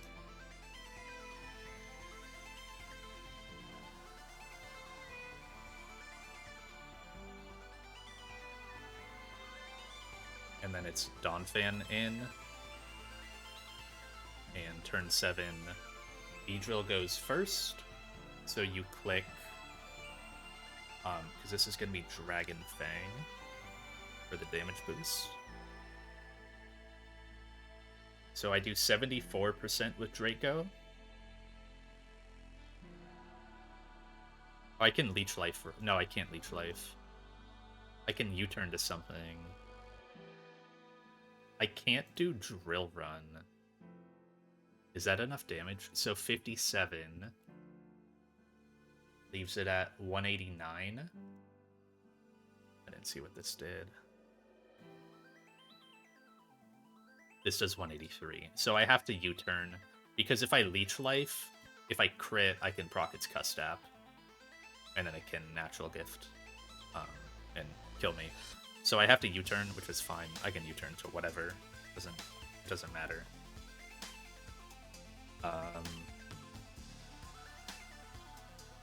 Safest option is probably Dragonite. Everyone's kind of hurt. You turn to Dragonite and then Draco Meteor. So you do 41%. If you crit, you never put it in Custap. And then Dragapult finishes. Honestly, Dragapult doesn't even need Dragon Fang. Yeah, it doesn't. Dragapult can be itemless.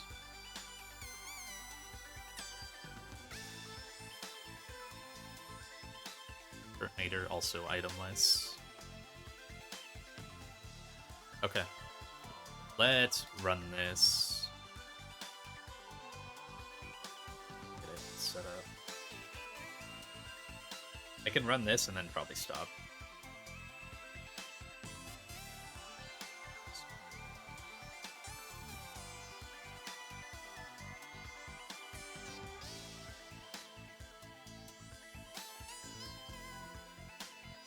Golisopod.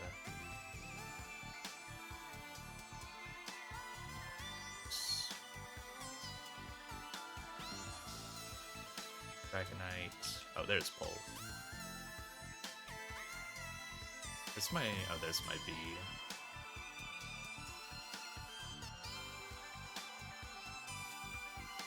Beedrill.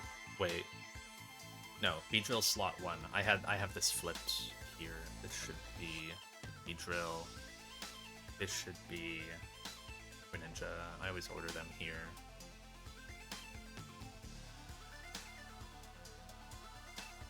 Keep it consistent. Okay, there we go.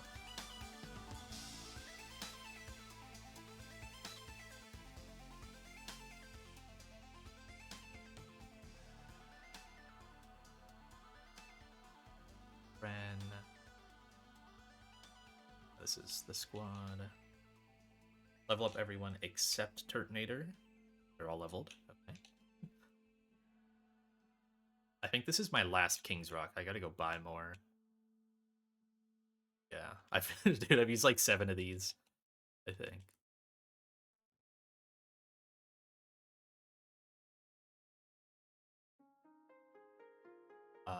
You don't need an item. You need Yaboka. Probably the most important item here. And then you don't need an item, but I'll give you, like, Dragon Fang. Okay, now it's time for tons of pre-damage. I think everyone but Pult gets pre-damaged here. It's kind of awesome.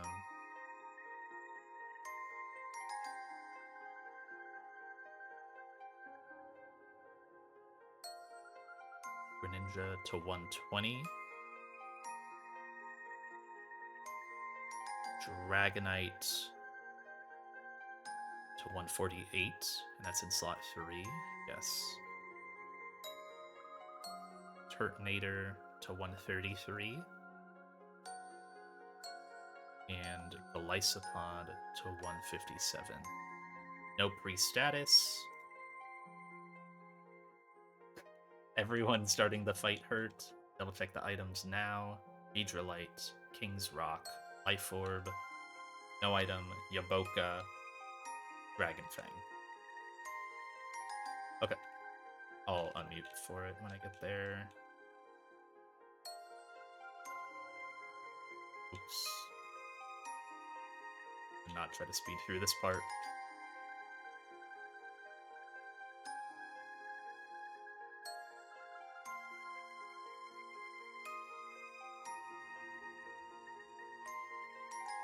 They're in the next room, I believe. Fought you. I fought you. Yeah, they're right here. Okay.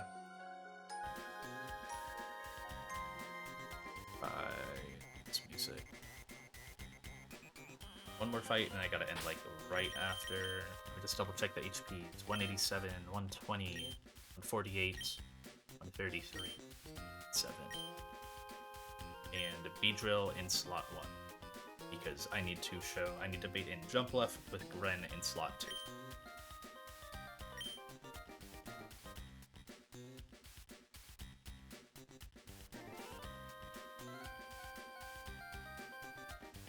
Wait.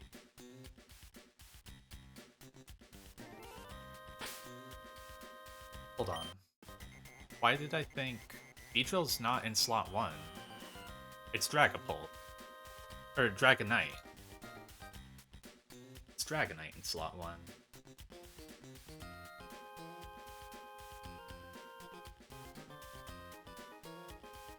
But it's getting down to return HP anyways on the turn that Miltank comes in. I don't need B-Drill pre-damage. Yeah, the B-Drill pre-damage is pointless. It doesn't matter.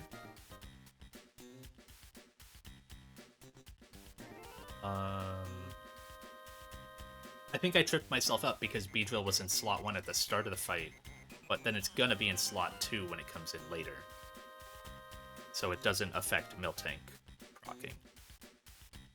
So it's really D-Knight at that moment, and D-Knight is baiting in Miltank fast KO because it's getting down to exactly 79 the turn Miltank comes in.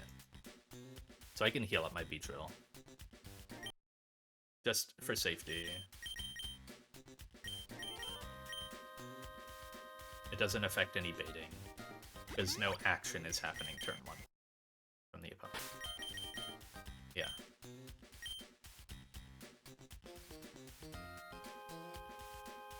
Scene, you're correct. Okay.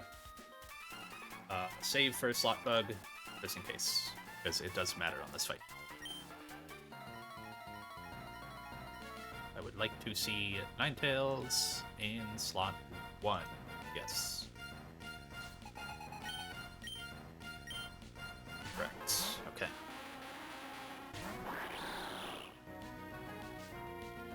Drought. Imagine I didn't calc this in Drought the entire time. This time. Yep, it's pretty close, but it does KO the Executor. And I outspeed. Silly. Okay. Mega. U-turn. Fling. Ninetales. It's just a really scary turn 1.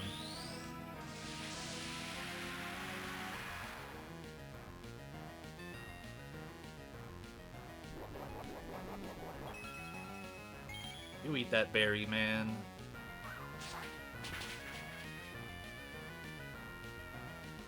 Ren is faster than Ninetales, yes. Ninetales is 203, Ren is 210. We go into Dragonite.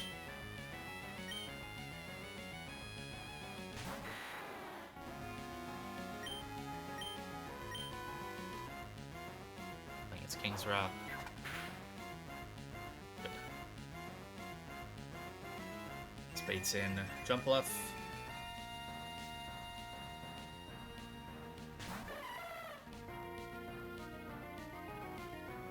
HPs. I will, though both attacks, bait it into Greninja, Dual Wing beat Jump Bluff, Pivot, Turtonator. Turtonator eats both and will be in range of Scorching Sands and Close Combat next turn.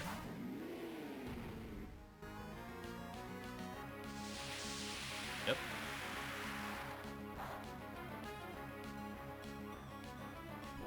It just needs to fall underneath 63 HP. Good. Doesn't look like it should take that much HP from, you know, a quad resist, but it's in Sun and with Gem, so it still does a fair bit. Nice crit. Therefore, chip down.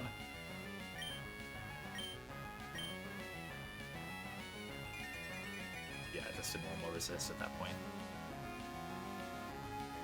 Arcanine in last for this trainer. Intim does not affect my only Pokemon that cares. We're baiting Close Combat and Scorching Sands into Turtonator. Nothing is being baited into Dragonite. So I can Draco Meteor the Arcanine and pivot my Golisopod, who can always take Scorching Sands and then always take Close Combat and proc its Yaboka. Don't care about Burn here, because it'll activate after Close Combat. 111. Close. It's gonna take Yaboka.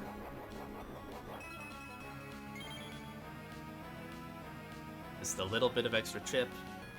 I am going back to Beedrill.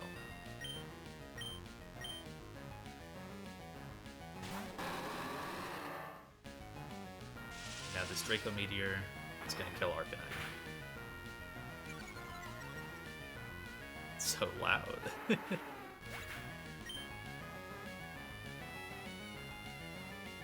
It's true. Turn it down a little bit.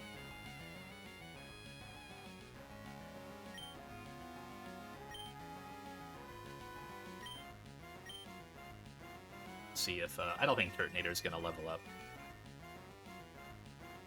Yeah, an effective one-shot. I mean, it was a ranged one-shot, right?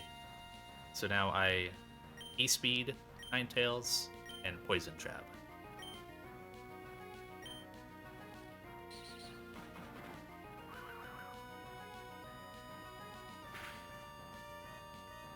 $79, that's exactly the HP I need to be at to bait Guaranteed Miltank Return. Yes. No Turtonator level up. Thanks, Sandy.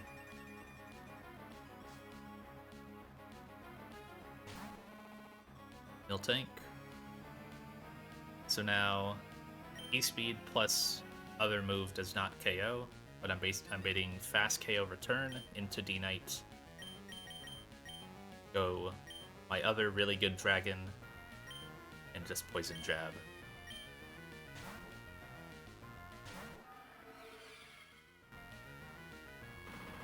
This can KO, it doesn't matter if it's crit poison. Okay.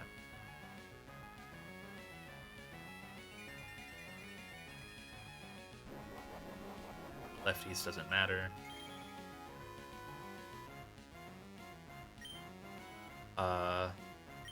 I can just Dragon Pulse and Poison Jab.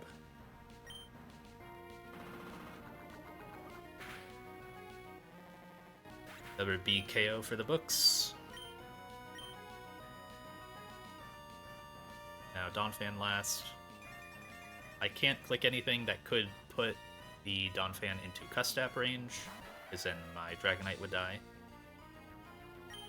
So we're going to Draco Meteor and U-Turn. U-Turn crit just barely doesn't proc Custap.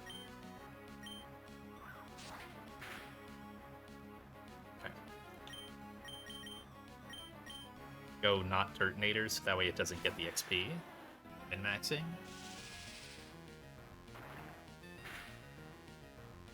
Nice.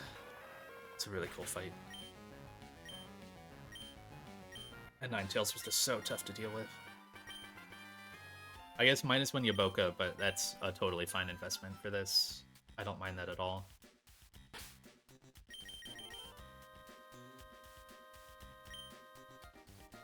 Very cool. I'll note the kills, and then I'll save, and I gotta go. So... Beedrill got one. D-Knight... Is D-Knight? Oh, it's way down here. Damn, D-Knight doesn't have any kills yet. D-Knight got Jump Bluff. Then D Knight got Arcanine. Then B got Ninetales. B got Ninetales, and it got Miltank.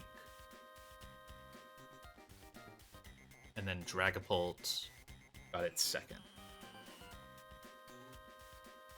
Nice. Alright, yeah, I gotta head out. I guess I'm in a much better position now when it comes to calcing. I feel much better looking at the rest of these grunts. There's like 5 grunts till Hellroom or something, or 5 fights. 1, 2, 3, 4. I might calc those 4 and do those. And then do like a Hellroom stream, hopefully. We'll see. But these 4 should be a good, like, 1 session to open with the Electrode. Save again, just in case. Alright. Goodbye. Thanks for hanging, gang.